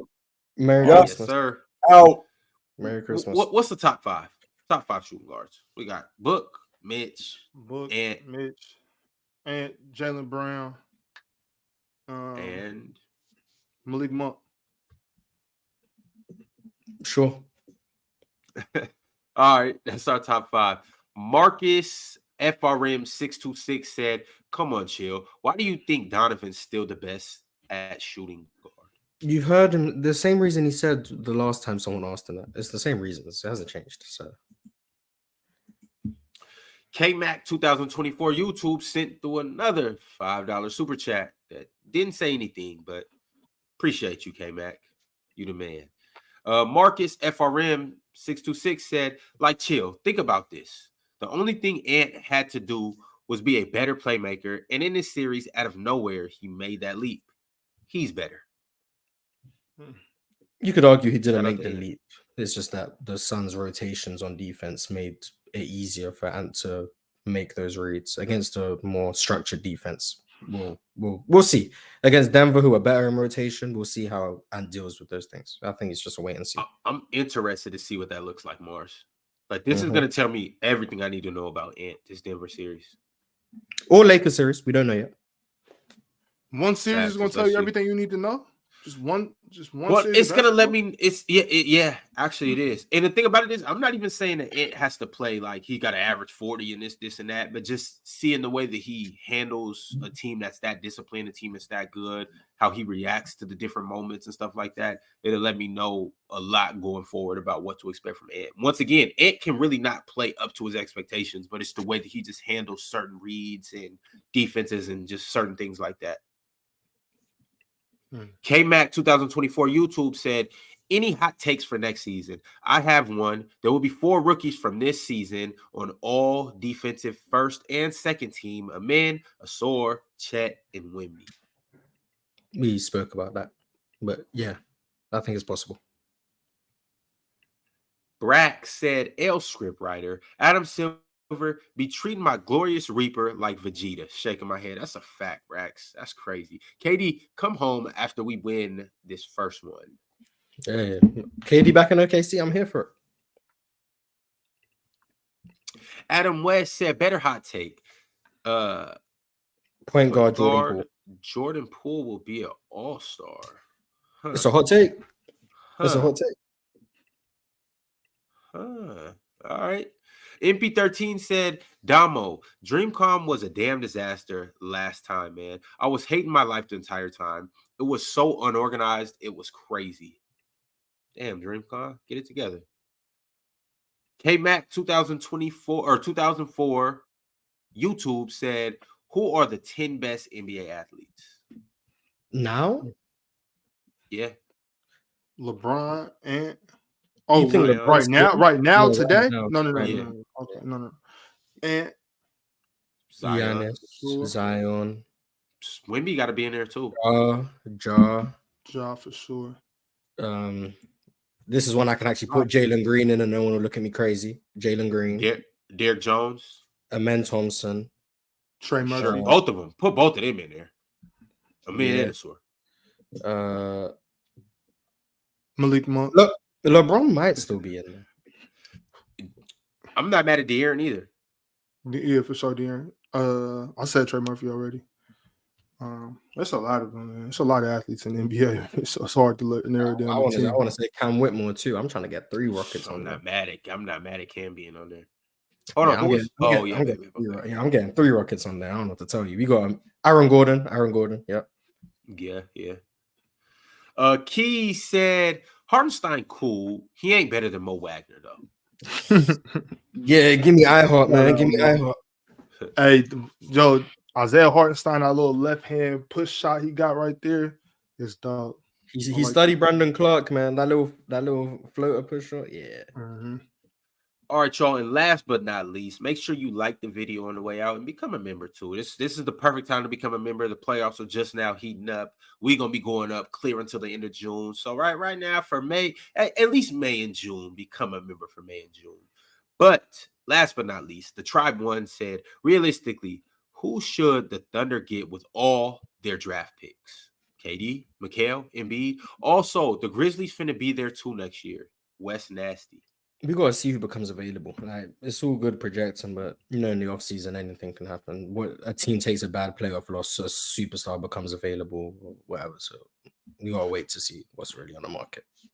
Man, they could just draft. All they got to do in this offseason, they can go in the offseason and get some vet to come in, grab Hartenstein or Valanciunas, somebody, one of those big guys, and they could just rock out. Like I'd really like if they drafted Donovan Klingon. Like I'd really like if they drafted him. That actually would be high. Oh, and shout out Matis Brazulis, the best prospect in the draft. Nobody, yes, Mars. Oh, that no one's talking about? No. The best period. Okay. But we'll get into this later. On the way out, I just want to put this on the screen. Tell you guys to go ahead and click this QR code. We will be back tomorrow. There's some good games tonight, so we'll have a lot to talk about. Be easy. Call your mother. Drink more water. And only drink and drive if it's on Mario Kart.